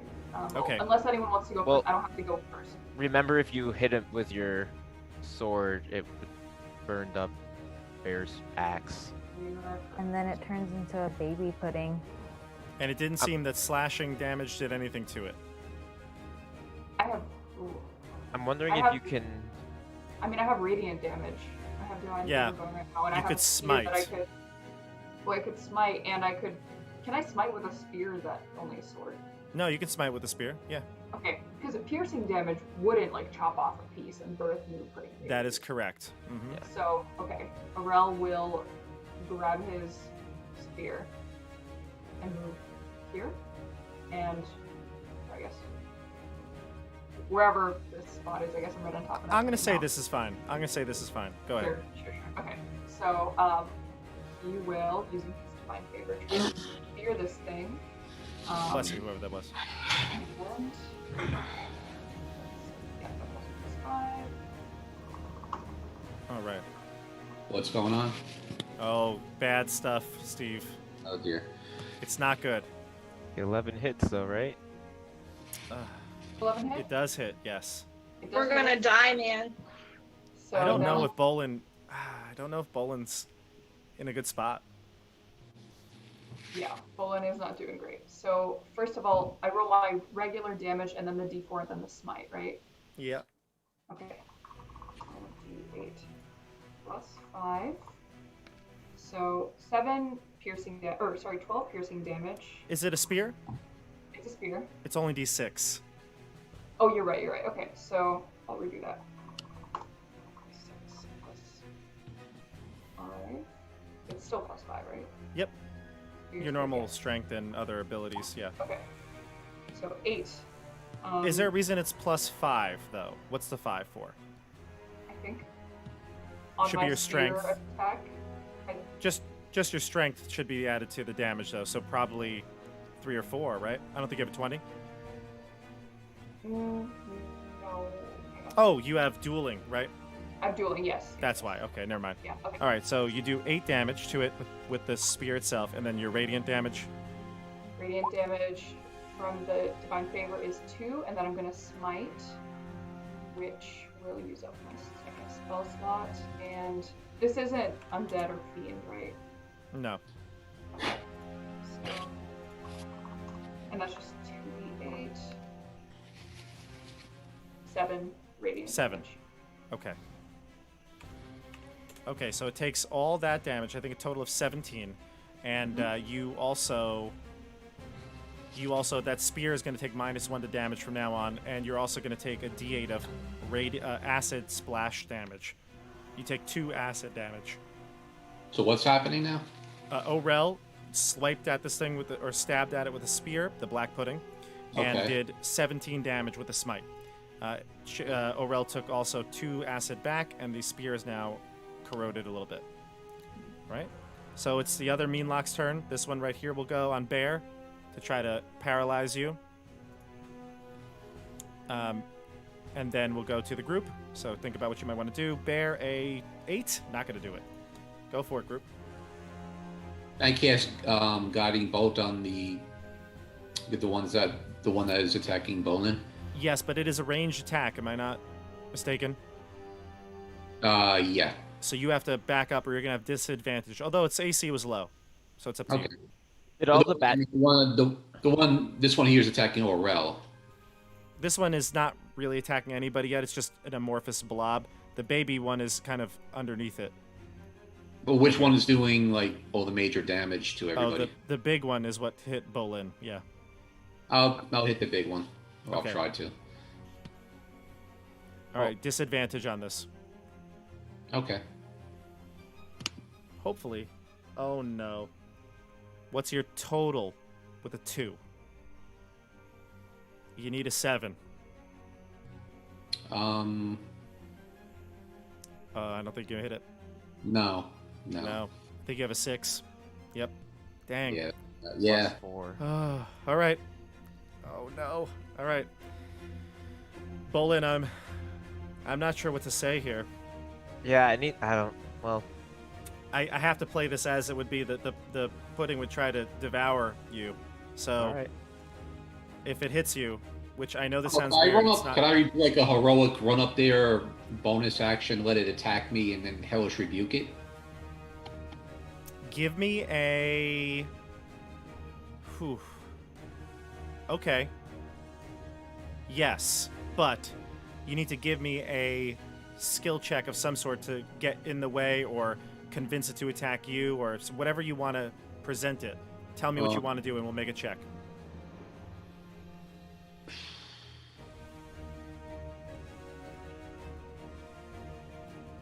Can I ask the group for some advice, or How do you want to... What? I guess. What are your strengths? Are you like a dex? Are you gonna try to like agility? hold on. Maybe like a performance check to like it's Yeah, what's your highest taunt it? stat? what's your highest stat? Find a way to improvise that. Nice. I mean, wisdom is 15, intelligence 14. Wisdom is my highest stat. So I'm going to say what you probably are going to have to do here is give me some sort of a check, like a dexterity check to like dive on the pudding to like just, Yeah, you could Make do it- like acrobatics Yeah. as dex. give me a dex check or an acrobatics if you have a proficiency in it, and you need to give me a DC 10 to like throw yourself onto the pudding to try to distract it. All right. Just Otherwise, beat a it's going DC to 10. attack Bolin. If I can just get 1 Ugh. HP, then I'll just disengage and run. I'm right All next to you, so my next turn that's what I'll do. Everybody, this is going to be bad though. So you are unconscious, correct, Bolin? Steve, you rolled a 2, so that's not going to do it. You flail your body Oh, forward, but it's too late. So here's what's going to happen. It's going to move on to Bolin. It's going to try to attack him. I've had fun. Bolin, you are unconscious, which means that you are incapacitated. You can't move or speak. You're unaware of your surroundings. You drop what you're holding, and attack rolls against you have advantage. Any attack that hits is a critical hit if the attacker's within 5 feet of you. So, what is your AC? 16. So it's going to have advantage on the attack, and if it hits you, it's going to be a crit, which unfortunately, That would do it. that would do it, because you have That one would do it. failed check already. My 1 inspiration point wouldn't come in handy here, right? I'm just a last-ditch effort. It would have been for a death save. Yeah, that's what. Okay. Yeah, But that wouldn't matter anyway no. at this point. I'm going to do it here, okay? All I'm right. going to roll. I'm going to roll with advantage. We'll take the better roll. If it hits you at a 16, you're dead. Guys, it's been fun. All right, here we go. 1, 2, 3. A 20. There it is. Oh no, Bolin. Wow. Jeez. Bolin. You take 25. Oh, it's a crit actually, so you take 25 and 23 damage. So 48 damage. Oh. Bolin is absorbed into the black pudding. Ralph falls to disintegrated. his knees and like I just- screams. I'm just like, for Paylor. And it's gonna like, Oh my gosh. All This is our right. first- You know what? I'm gonna say Yagnir. devastated. Give me a charisma saving throw for sanity, because you could not save him.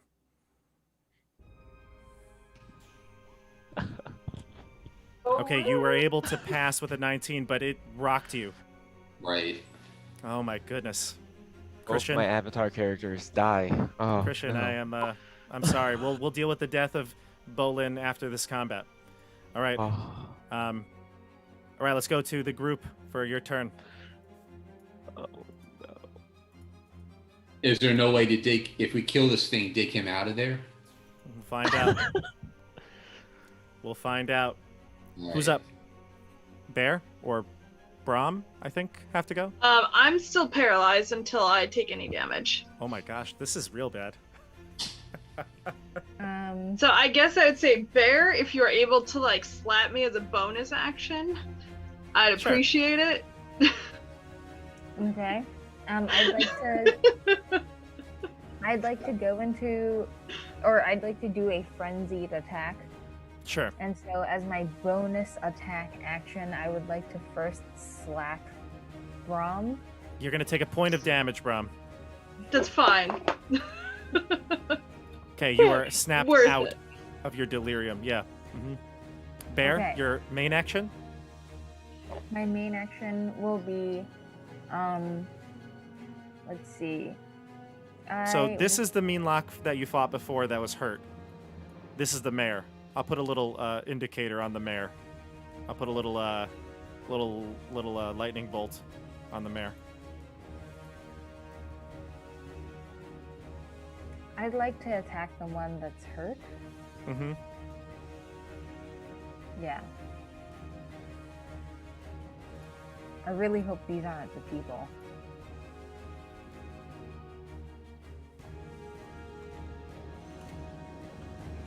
Okay. A lot of love for Bolin in the chat here. Thanks, chat. You hit. 18 hits on the mean lock. Okay.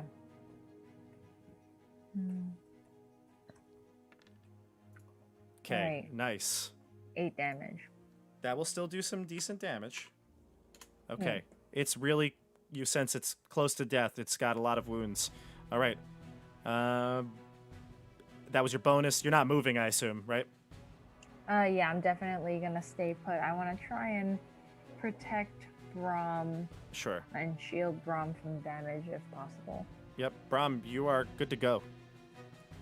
Okay. Oh, I'm sorry. The baby pudding's gonna attack Yagnir, but it's gonna go around you on the other side. It's gonna like hug the walls and land on the other side. Black pudding to you, Steve. A total of 7. I don't think it's gonna do it. No. Okay. All right, your turn, Brahm. Okay. I am going to. Oh, the thing does acid damage. Okay, I'm going to try to hit the meat. I'm sorry, I forgot the name of the meat lockers. They're not meat lockers. Like that's all I keep hearing. I'm sorry, guys. The mean lock. Mean locks. The one that's already taken damage. I'm going to try to do Fury of Blows here. So kind of go around Bear, who is protecting me, and I appreciate it. But I'm going to try and do some damage to these guys. Sure, like right here. Well, I want to get like up close. Yeah, because I'm going to disengage and move away after that. So Okay, yep, that's like fine. right there. So we'll say right here. And oh, come on, man. Did you hit? Oh, I didn't see you wait, roll no, I'm dumb. I rolled the wrong thing, but I can Okay. use those rolls as my thing. I'm sorry, I'm Okay, getting a little roll to tired. hit first, That's yeah. my bad. Okay, so that's 8 plus 4 is 12, 10, and 13. Do any of those land? What's your... Wait, are you... I thought you have more than +4. What's your dex? Give me a second here. Yeah. My dex is plus 4. Oh, That's what I so use. proficiency as well, so +6. Oh, I'm sorry. I guess my D&D Beyond is funky. That's okay. Okay, so plus... Oh, I see. Oh, gosh. Yep, it's +6. So Yeah. all of my rolls have been wrong, but that's okay. Hey. That's okay. So yeah, it's 8 plus 6 is 14, 12, and 15. Okay, 8 plus 6, and so yeah, the 15 hits. Unfortunately, the others are not. But you do hit, and I see you rolled a 3, and that's the total is going to be +4, so 7, correct? 7 damage, correct. You kill that mean lock. Woo! Okay, and then I actually want to try to like move away from this guy, like behind the pillar, so I can get away from this other guy, so maybe he won't see me, because as a monk, I have the Mask of the Wild, attempt to hide even if you're only slightly obscured. So Okay, give me a stealth check then. Sure. Okay. Sorry, give me a second here. May not be that good. Yeah, it's +6, so 12. Okay, fair enough. All right, that's the end of the round. Let's go to the roll. Christian, why don't you just roll me the initiatives from here on out? Yeah. All right, I can do something. I don't know with my rolls though. I don't know if you guys want. Oh God. Wait, why does I'm gonna. the dice says 16? The chat says 2. Am I the only one seeing that? Oh, that's No. Bob's roll, the 16. Oh, you're right. I'm. That's interesting. This mean lock is going to. Hold We're all on a gonna sec. die. The mayor mean lock is going to. Yeah, I guess you'll attack Bear. See if it can paralyze you. Oh my God. Crit. No. Oh no! Crit against Bear. It's only 6 damage, Bear, so that's not that bad. Couldn't I You get half one it of to those? 3. But you need a con saving throw or you're paralyzed for a minute. Okay, con saving throw. Oh, that's a +4. That's not bad. That's not bad. Yeah, your con should be more than that, no?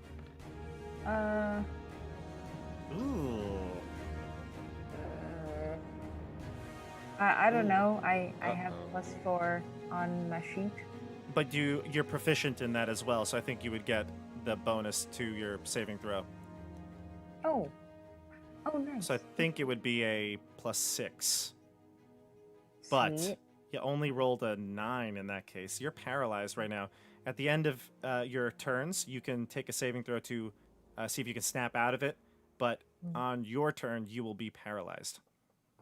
Okay. Okay. Oh, All right. man. Oh All boy, right. everybody. Okay. Group, you're up. You got 2 puddings, and you got the mean lock. How damaged is this big pudding? Big pudding, taking a good amount of damage, but it seems to be amorphous. Hard to gauge its real damage. Yeah. All right. Where's the mayor mean lock? I can't. Over here. Can I see it from where I am, or? Probably not. Like this way. This way. All right. I'll have to attack this big pudding. There is also the baby pudding behind you. I know. I'll cast Burning Hands again on the big pudding. Go ahead. Just roll the damage on that one. I'll give you the save. What level are you casting it at? Put it. I'm not gonna do a level up. So it's 46 or 3d6. If you're doing level 1, 3d6, and it I'll fails. do level 1. So. Okay, it fails. 3d6. Gotcha. There you go. 11. Okay. 11 damage. All right, we go to the puddings. The baby pudding will go first on Yagnir. Baby pudding is gonna try to. Yeah, there you go. Oh my God! How Another do you crit. keep critting with the puddings? Gosh. Baby pudding. Steve, this is gonna rock your world. Get ready. Oh no! You take 9, 10 bludgeoning and 46 acid. I'm dead. What's your total? Hit points, I had 25. That's your max? No. At this level, yeah. What? No, it should be higher than that. What's your... I'm 4th level, so it... Or D8, 8 times 4 is 32. Hold on. So let me just real quick. It should be 8 plus your con. What's your con? Con is 14, so that's +2. Yeah, so you had 10 at first level. You should have had 7 at every level after that. So 10, 7, 7, and 7. Because it's half plus 1 and then your con bonus. So 5 plus 2 is 7. So it would be 31 is your total hit points, right? And are you uninjured from this session so far? Okay, so 31. And it just did 46, 56. So it would have needed to do 6 more to kill you outright. You're on the ground unconscious. All right. Okay. I'm putting a little skull next to you that you're down. Whew. Okay. probably at this point, Orel? Right? Aurel, where are you at? In terms of like physically, I'm right here. Okay, I'm sorry, I can't see you in the dark. I'm right out near between the two puddings. Oh Right boy, where you yeah, want him. you go. I'm hiding right now, so. Yeah, does the light source go away now that he went down? Yeah. Yep. Oh Yeah, so- no. You can see 10 feet out because of your glowing sword, right?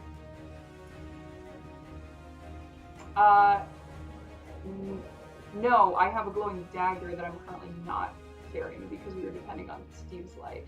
Ah, so you need to channel your divinity to glow that sword, right? Yeah, and it is being. Oh no, you're right. It is being. My divinity is being channeled. I totally forgot what you were. That's What what I you meant. thought you were talking Yes, about. yes, no, that is. Yeah, I can see that. Divinity channeled. Got it. Divinity is channeled. Yes. Paler blessing activated. So at this point, when Orel saw Bolin go down, he had a mini mental breakdown because this is the first time he's seen. I mean, he saw Brom go down in the very first one we did, but it wasn't like Brom didn't get like devoured fully. So Orel is like on his knees. There's like tears like pouring down his face. He's screaming himself hoarse, and he's gonna pick himself up and just freaking like go at this black pudding that just murdered his friend. Okay. So Just I'll do the spear yeah. again, and that's not gonna hit. I don't think. 9. A 9 will hit. Oh. It will hit. Oh my god. Okay. All right. So Are you gonna smite? I think so. Yeah. I think he would do at this point like anything in his power to kill this thing. So Okay. D6 plus 5. So 6 regular damage, and then the channel. It does take 1 point of damage off from your acid reduction, so it's only going to do 5 plus 2 is 7. 5 plus 2, and then the smite will be 2d8. 8? 8. Okay, damage. this thing is wearing away here. It's slowly getting smaller and smaller as you're doing damage to it. Mhm. Yeah, he's like, he's going. He is furious and like in so much emotional anguish, and he's screaming so loud that he's like even drowning out the whispers and everything around him. All right, He's kind of going insane. Bear, did you go yet? I don't think so. Oh no, you did. You punched Brom, right? Right. Yeah. Or All I right. slacked Brom and then I punched the Yes. That was last turn, I think. Wasn't it? Are we on a different round now? I think we're going to a brand new round right now. Okay, sorry. I'm sorry. I'm gonna roll a dice for initiative, and anybody want to roll against me? I'll just do it. Let me go out in glory. There's my 17, so we lost. Okay. The mean So lock's sorry, gonna go against Bear. Let's see here. Bear. Guys, do you think this is the mayor like transmogrified? Yes. Yeah, absolutely. Bear, give me a. He's got a ring. You're taking 3 damage from the mayor. You also need to give me a con save of 11, or you're paralyzed. Oh wait, you were paralyzed at the end of your round anyway, weren't you? Yes, I was. So it doesn't matter. Don't worry about it. But you take 7 more slashing damage. Okay. So I guess it becomes 3. 3 Yeah. slashing damage. Okay. Your rage stays in place even when you're paralyzed? Yeah, because if you take damage, you also keep it. Oh. So I don't think it would go away. It doesn't say. I had rage up here looking at it. It ends early if you're knocked unconscious, which you're not. If your turn ends, you haven't attacked the hostile creature or taken damage, and that is not the case. You've taken damage. Cool. Yeah, so you're good. Sweet. Woo. All right, Bear. You can try to break out of if you like. Actually, although to be fair, right now we may want Orel to go because Steve may get critted by a black pudding. Yeah, I'm very concerned about Yagnir. So, Aurel, do you want to attempt I'm gonna try something to heroic? heal Yagnir. Yeah, I'll give Yagnir. I have 20 lay on hands, I believe. How much are you giving him? I'll give him. I want to save some just in case. Yeah. Because I feel like other people are about to go down, so I'll give you like those 7. Okay. Yagnir, you breathe life back into your lungs. Alrighty. What would my hit points be at that point? 7. Alright, can I cast Cure Wounds on myself? Not yet. Aurel can take bonus actions or move, but then the black puddings are going to go. Let's see. I don't know if there's any other bonus action I can. Well, actually, Just a little louder. Dash, I can't hear you. I'm thinking. I have this thing called Sanctuary that I've never used before. You ward a creature within range against attack until the spell ends. Any creature who targets the warded creature with an attack or harmful spell must first make a wisdom saving throw. On a failed save, the creature must choose a new target or lose the attack or spell. Yeah.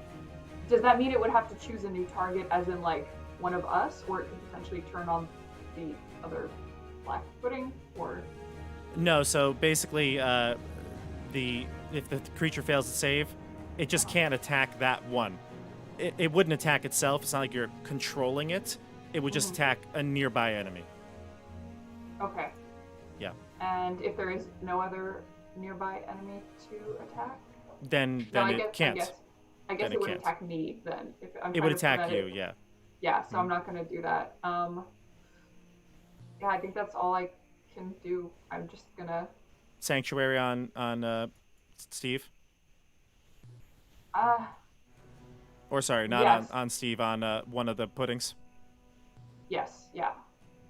Actually, no, it's you target the creature. You're right. And anybody that wants to attack Steve has to make that Yes. saving throw. Right. Okay. Yeah. All right. Sanctuary. That's it. That's a good idea. All right, so the first black pudding is going to go, the one that you were slashing or piercing, it's going to attack you. The baby pudding may have to make a decision. All right? Mhm. What's your AC, Aurel? I don't think I've attacked you, really. No, you haven't. It's 20. Okay, it's going to miss with a 9. Okay. All right. Yagnir, I know you're down on the floor. You may want to go, so Yagnir. Sacred Flame at the little one. Okay. And Michelle, you can take your save for the paralysis.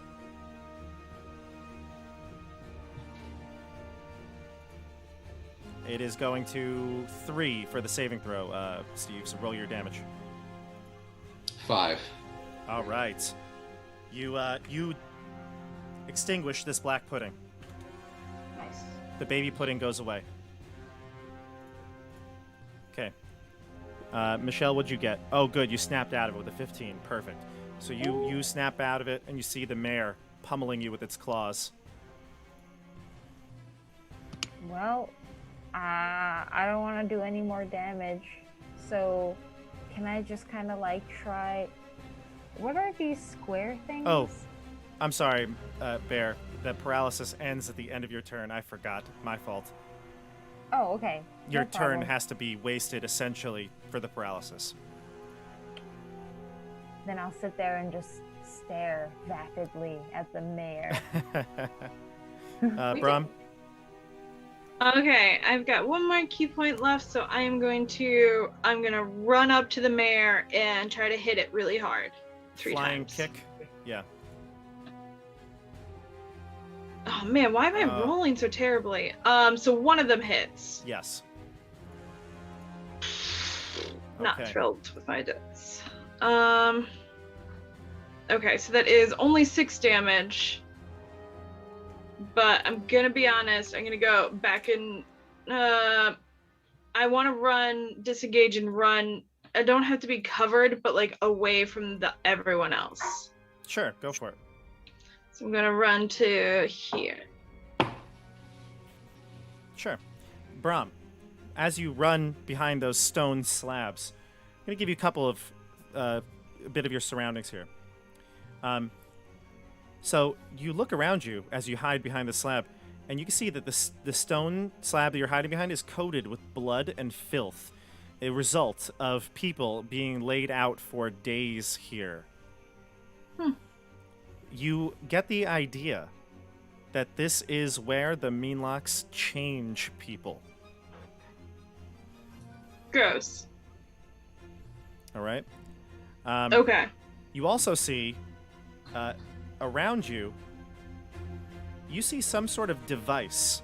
Long fuses. In fact, I'm going to show you one that you're near right now. This is rigged to blow. Here it is. Right here. You don't You see see these? anything. You Did see you put I something just up? put them up I'm now. sorry. Yeah. Oh, I see it now. Okay. So Sorry. those things are long fuses connected to explosives. Guys, can I yell out, or do I still have? You I kinda did a lot, could but- yell. Yelling is free. Guys, there are fuses here that may blow. I don't know what the plan is. Are these guys smart enough to do this? It seems. Well, I don't want to metagame, but Well, yeah, I have no. Brahm has no idea what's going on. yeah. All right, let's go to a new round here. I'm gonna roll. Christian, you want to test your luck here? Yep. Let's see. Oh boy. It's always like 2 less than Bob. All right. Bolin's gonna The, take someone down with him, apparently. All right. So the black pudding will go. It's gonna attack. Let's see, who's that? Orel. Orel. Good luck. Yeah, give me black puddings. Apparently, that's my forte. Wow. 17. Does not hit. Nope, I have a 20. Ooh. Okay. All right. The black pudding goes. You're up, group. I'm gonna cast Shield of Faith on Wait, Orel. before you do that, I just have a question, Steve. Before you do anything, hold on. What's our objective here again? Are we trying to get out of here? We're just trying to see what's happening. Well, your goal was to make sure the mine is safe for the company to come here and mine. Definitely not. Oh yeah, it's definitely not. Left. And Do we just perhaps- blow this shit up and leave? Like, I'm not joking. Well, I mean, it seems I like just that's what like the the- mayor was trying to do. Maybe, and then got turned. Oh. I personally believe we should just blow this shit up and leave. You want to just light the fuse and run. How hard is this thing gonna blow up though? Like, is it gonna blow us up too? We don't know how long this fuse is. I mean, how They long? look like pretty long fuses. If I'm looking, they look like they're like 5-10 feet. they're long. I mean, yeah. based on the. I'm sorry. They're long. You could cut them if you'd like. Yeah. What was it? Would you have enough time to escape if you? I mean, I'm dead, so I can't talk. Yeah, you're dead. But Brahm, you hear the sounds of whispering coming closer. You sense that there are more. Actually, you can see around the corner here. You can see another Meanlock hiding in the shadow, coming ready to attack. Yeah, we need to just explode this. Can we like, Bolin's body's like in a muck thing. Can we like cart him out and leave? Didn't. No, that Big Muck dead? No, it's still alive. No, It's still alive. But we've hacked away at it. Do we see any parts of Bolin's body sticking out by any chance? Or has he been dissolved in the acid? I'm gonna have to decide that. I'll have to think about it. I have. If you guys want to take a turn to hit that big thing, maybe we could hack away at it a bit more to find Bolin and then light this place up. That's personally. I'm just gonna shout, I'm gonna light these soon. That's Also, that muck thing looks like to be blocking a potential. Why don't we do that? Why don't we take some swings at the muck, see if we can get his body out of there, and then you light it. I'm done. Yeah, Yagmir, don't bother casting Shield of Faith on me. I think I'll be okay. I think we Okay. should attack it. Thank you, though. All right, so I think go we can ahead, do team. Sacred Flame on the muck monster. Okay. It's Lucky going one. to roll a 8. Fails. 5. Okay. All right. The Meanlock. The mayor is going to use its action to teleport to here. The mayor.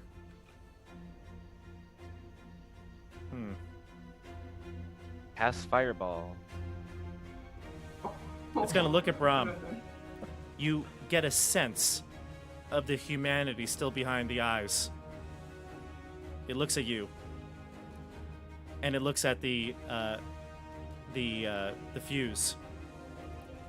And you don't know this, Brahm, because I think you're just not. You wouldn't have the knowledge of this. But it seems as though there is a plunger trigger at the end of the tunnel here. It pushes the plunger trigger. The dynamite blows up, and part of the ceiling starts to collapse. I need you to give me a dexterity saving throw. Okay. Okay, that is that's a 15 plus my dex. Give me a moment here. So it's a plus 4, so 19. Okay, 19. Yeah. All right, so you're good. You don't take any damage from the explosion. However, you feel like if more of these were to go off, the entire cavern would collapse on you. Okay. It's gonna be like, guys, we gotta get out. The mayor's exploding it. All right, Let's go. you're up, group.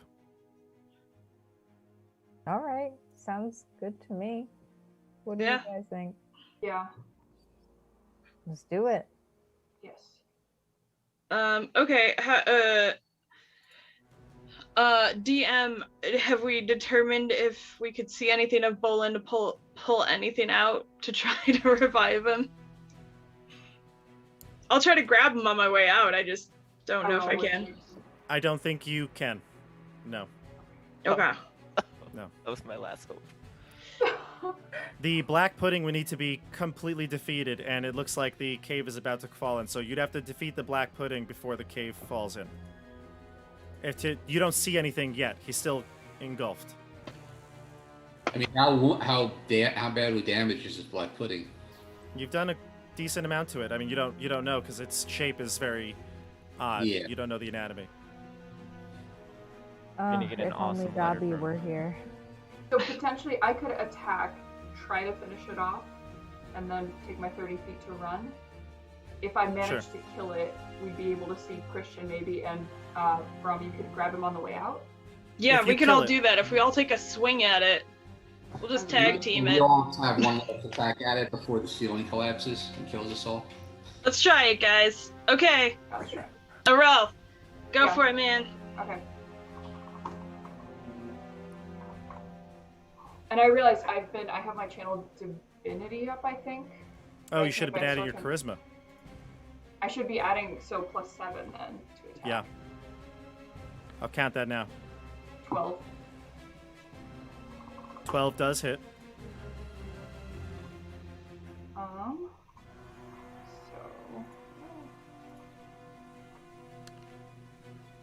So I'm gonna just move my character buff just so I can see the fight. Okay. So 11 damage and 4 radiant damage. Okay. Gotcha. 15 in total. I know it doesn't matter now, but when that little pudding hit me, I should have hellish rebuked it. Right. It did die anyway with your next attack, but yes, you're right. Did this pudding go down or no? No. Okay, so I'm just gonna take my 30 feet and run. Then. Okay. It's gonna attack you on your way out. Bear, I think, is the last person to go in this round. Looks like. Oops. So, Sorry. By the way, your weapon did a little less damage. Remember, Aurel, at this point it's negative no. 2. What? Did you just crit? No, right? because Aurel, it doesn't have advantage. I take the first you're right, number. you're right. You're right. Although I did roll a crit if I had advantage. So, Aurel, I didn't hit you with a 14. Okay, amazing. So I can All right. run. You can 30 run. feet. But your spear is minus, I believe, 3 now. So you only did it's gonna get a point back of damage. Okay, gotcha. Okay. It's gonna get 2 points back of damage. Sorry. Okay, I think that was 20 feet, and then. Yeah. Oh, Okay. All right, and then we go to Bear in the last round here. Okay, cool. Can I like somehow do some sort of wall run situation and get past this muck thing? Yes, but didn't you want to swipe at it too? I thought. Oh no, yeah, you don't. yeah. No. I did want to swipe at it. You need to use a different weapon. Do you have anything that's not slashing? You know your axe wouldn't hurt it. Right, right. Well, in my equipment, I do have javelins. That will work. Use your javelin. Okay, sweet. Yeah, that will work. All right, so at this point, my javelin is like 5 times longer than my actual body. So I'm just kind of like, I feel like I'm jousting a little bit, but I kind of go like, "Ah!" and then I scream and lunge, and then I like kind of do a pole vaulting, like jousting fusion situation, and then I stab my javelin deep into the muck's face as I swing up and over and try to get over to where my pals are. Don't you dare roll a 1 after that description. Don't you dare roll a 1. Oh yeah, I didn't roll yet. Okay, well, let's see. All right. Yeah. Bear, you kill it. You killed it. Woo! Bolin's body. Even 1 point of damage would kill it. So, Wow. I'm just going to describe what happens here at the end. So you kill it, and on the final round here, the meanlock, the mayor, before a bunch of other meanlocks enter the room. So now the room is filled with a total of 4 meanlocks. The mayor looks up at Brahm, and again, that final look of humanity overcoming maybe the meanlock transformation for just a moment. The mayor depresses the second button and blows up the second pillar in the room. Brahm, give me a dexterity saving throw. This time, the entire... Oh yeah, I thought I got out the last time. I guess I should have moved my guy. I'll move you. No, I'll move you. Don't worry about it then. Okay. Don't worry about it then. The last moment you see is the mayor blowing up the cavern, the ceiling collapsing on all the meanlocks that have entered into this room. And you see the mayor, with its ring on its clawed hand, reach out before the stones cover it. All right, you run. Now, I'm going to let this, because again, you definitely died. But is there enough of your body to be left alive? I'm going to say, Christian, that at this point, because the acid is continuing to dissolve over round after round, I would say if you rolled a D100, I would say there's a 20% chance you live. That there's not that you live. That there's enough of your body to be taken back that's undissolved. So you need to roll a 20 or under on a D100. Well, I'm great at under-rolling. Could I cast something on him first to help out with that? There's definitely no time because it's just about dissolving. All right. Oh no! Yeah.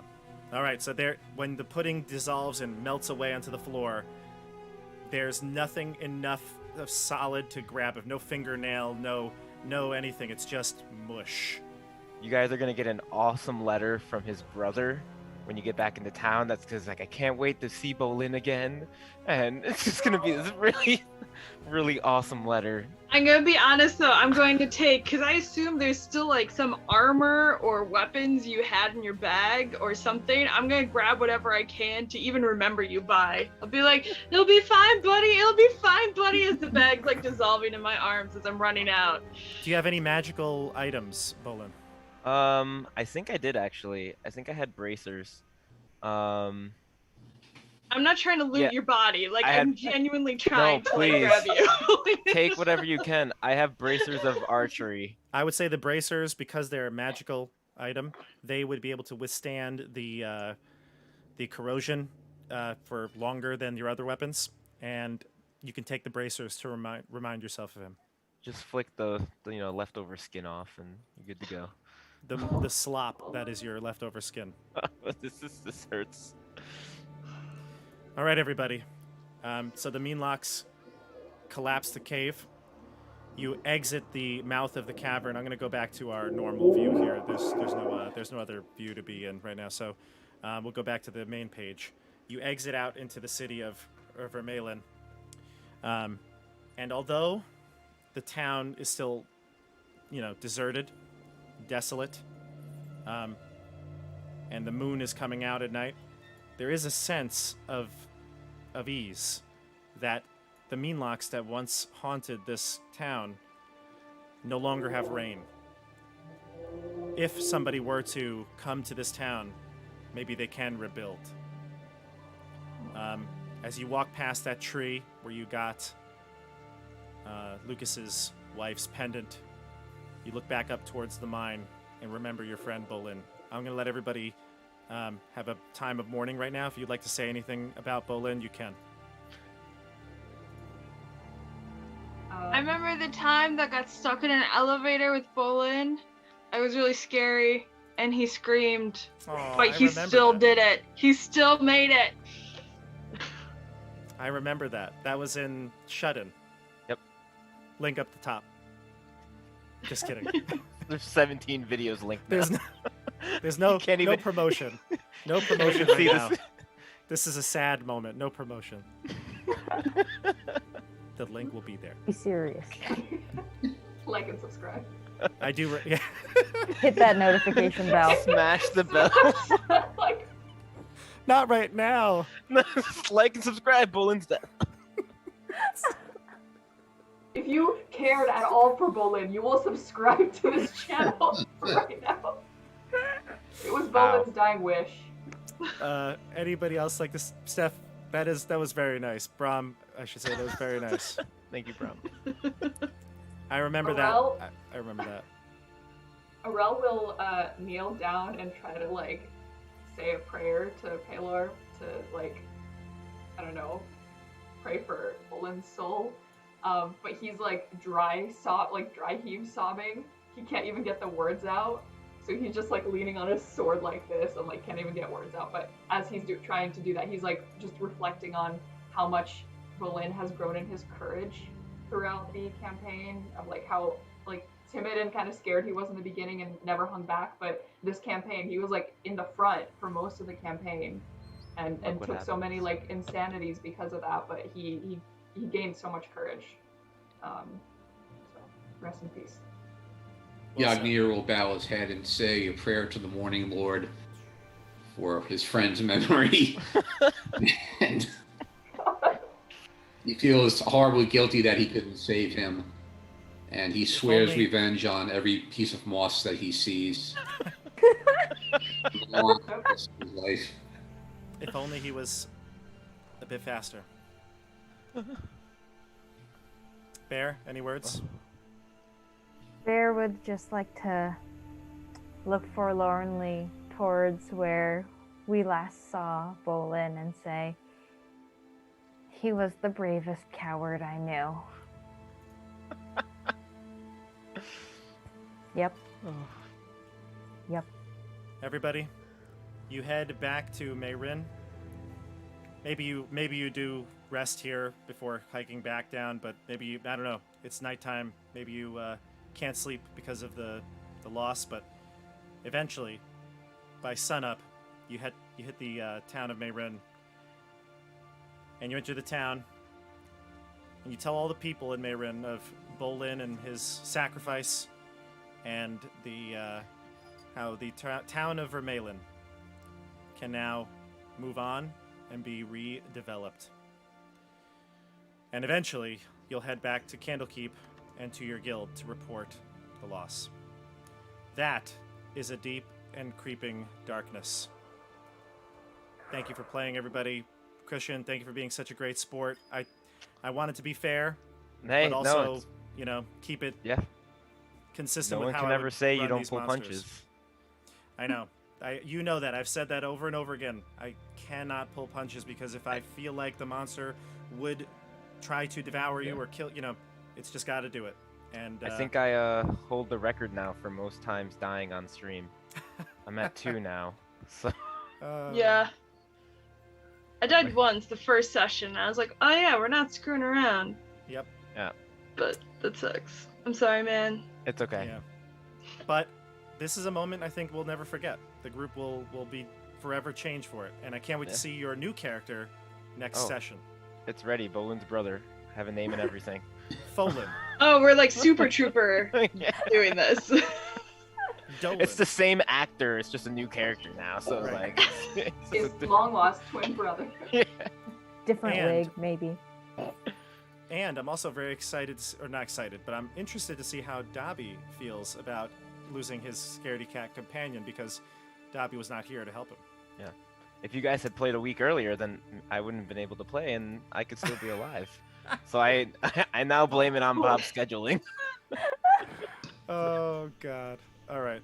Well, Don't it's getting worry, late here on the Bolin. East Coast. We're going to sign out here. Don't forget to like and subscribe to the channel for Bolin, okay? Do it, everybody. Do it for Please. Bolin. For Bolin. For Bolin. Tell your Yeah. friends. But thank you for watching, and we had a nice chat on the YouTube here tonight. We'll be back in action on Tuesday for Icewind Dale Rime of the Frost Maiden. If you're watching that, I suggest you make sure you see the most recent episode because that will be important for the next one. All right, everybody. We'll see you All on right. the tabletop. Good night. Okay. Hey.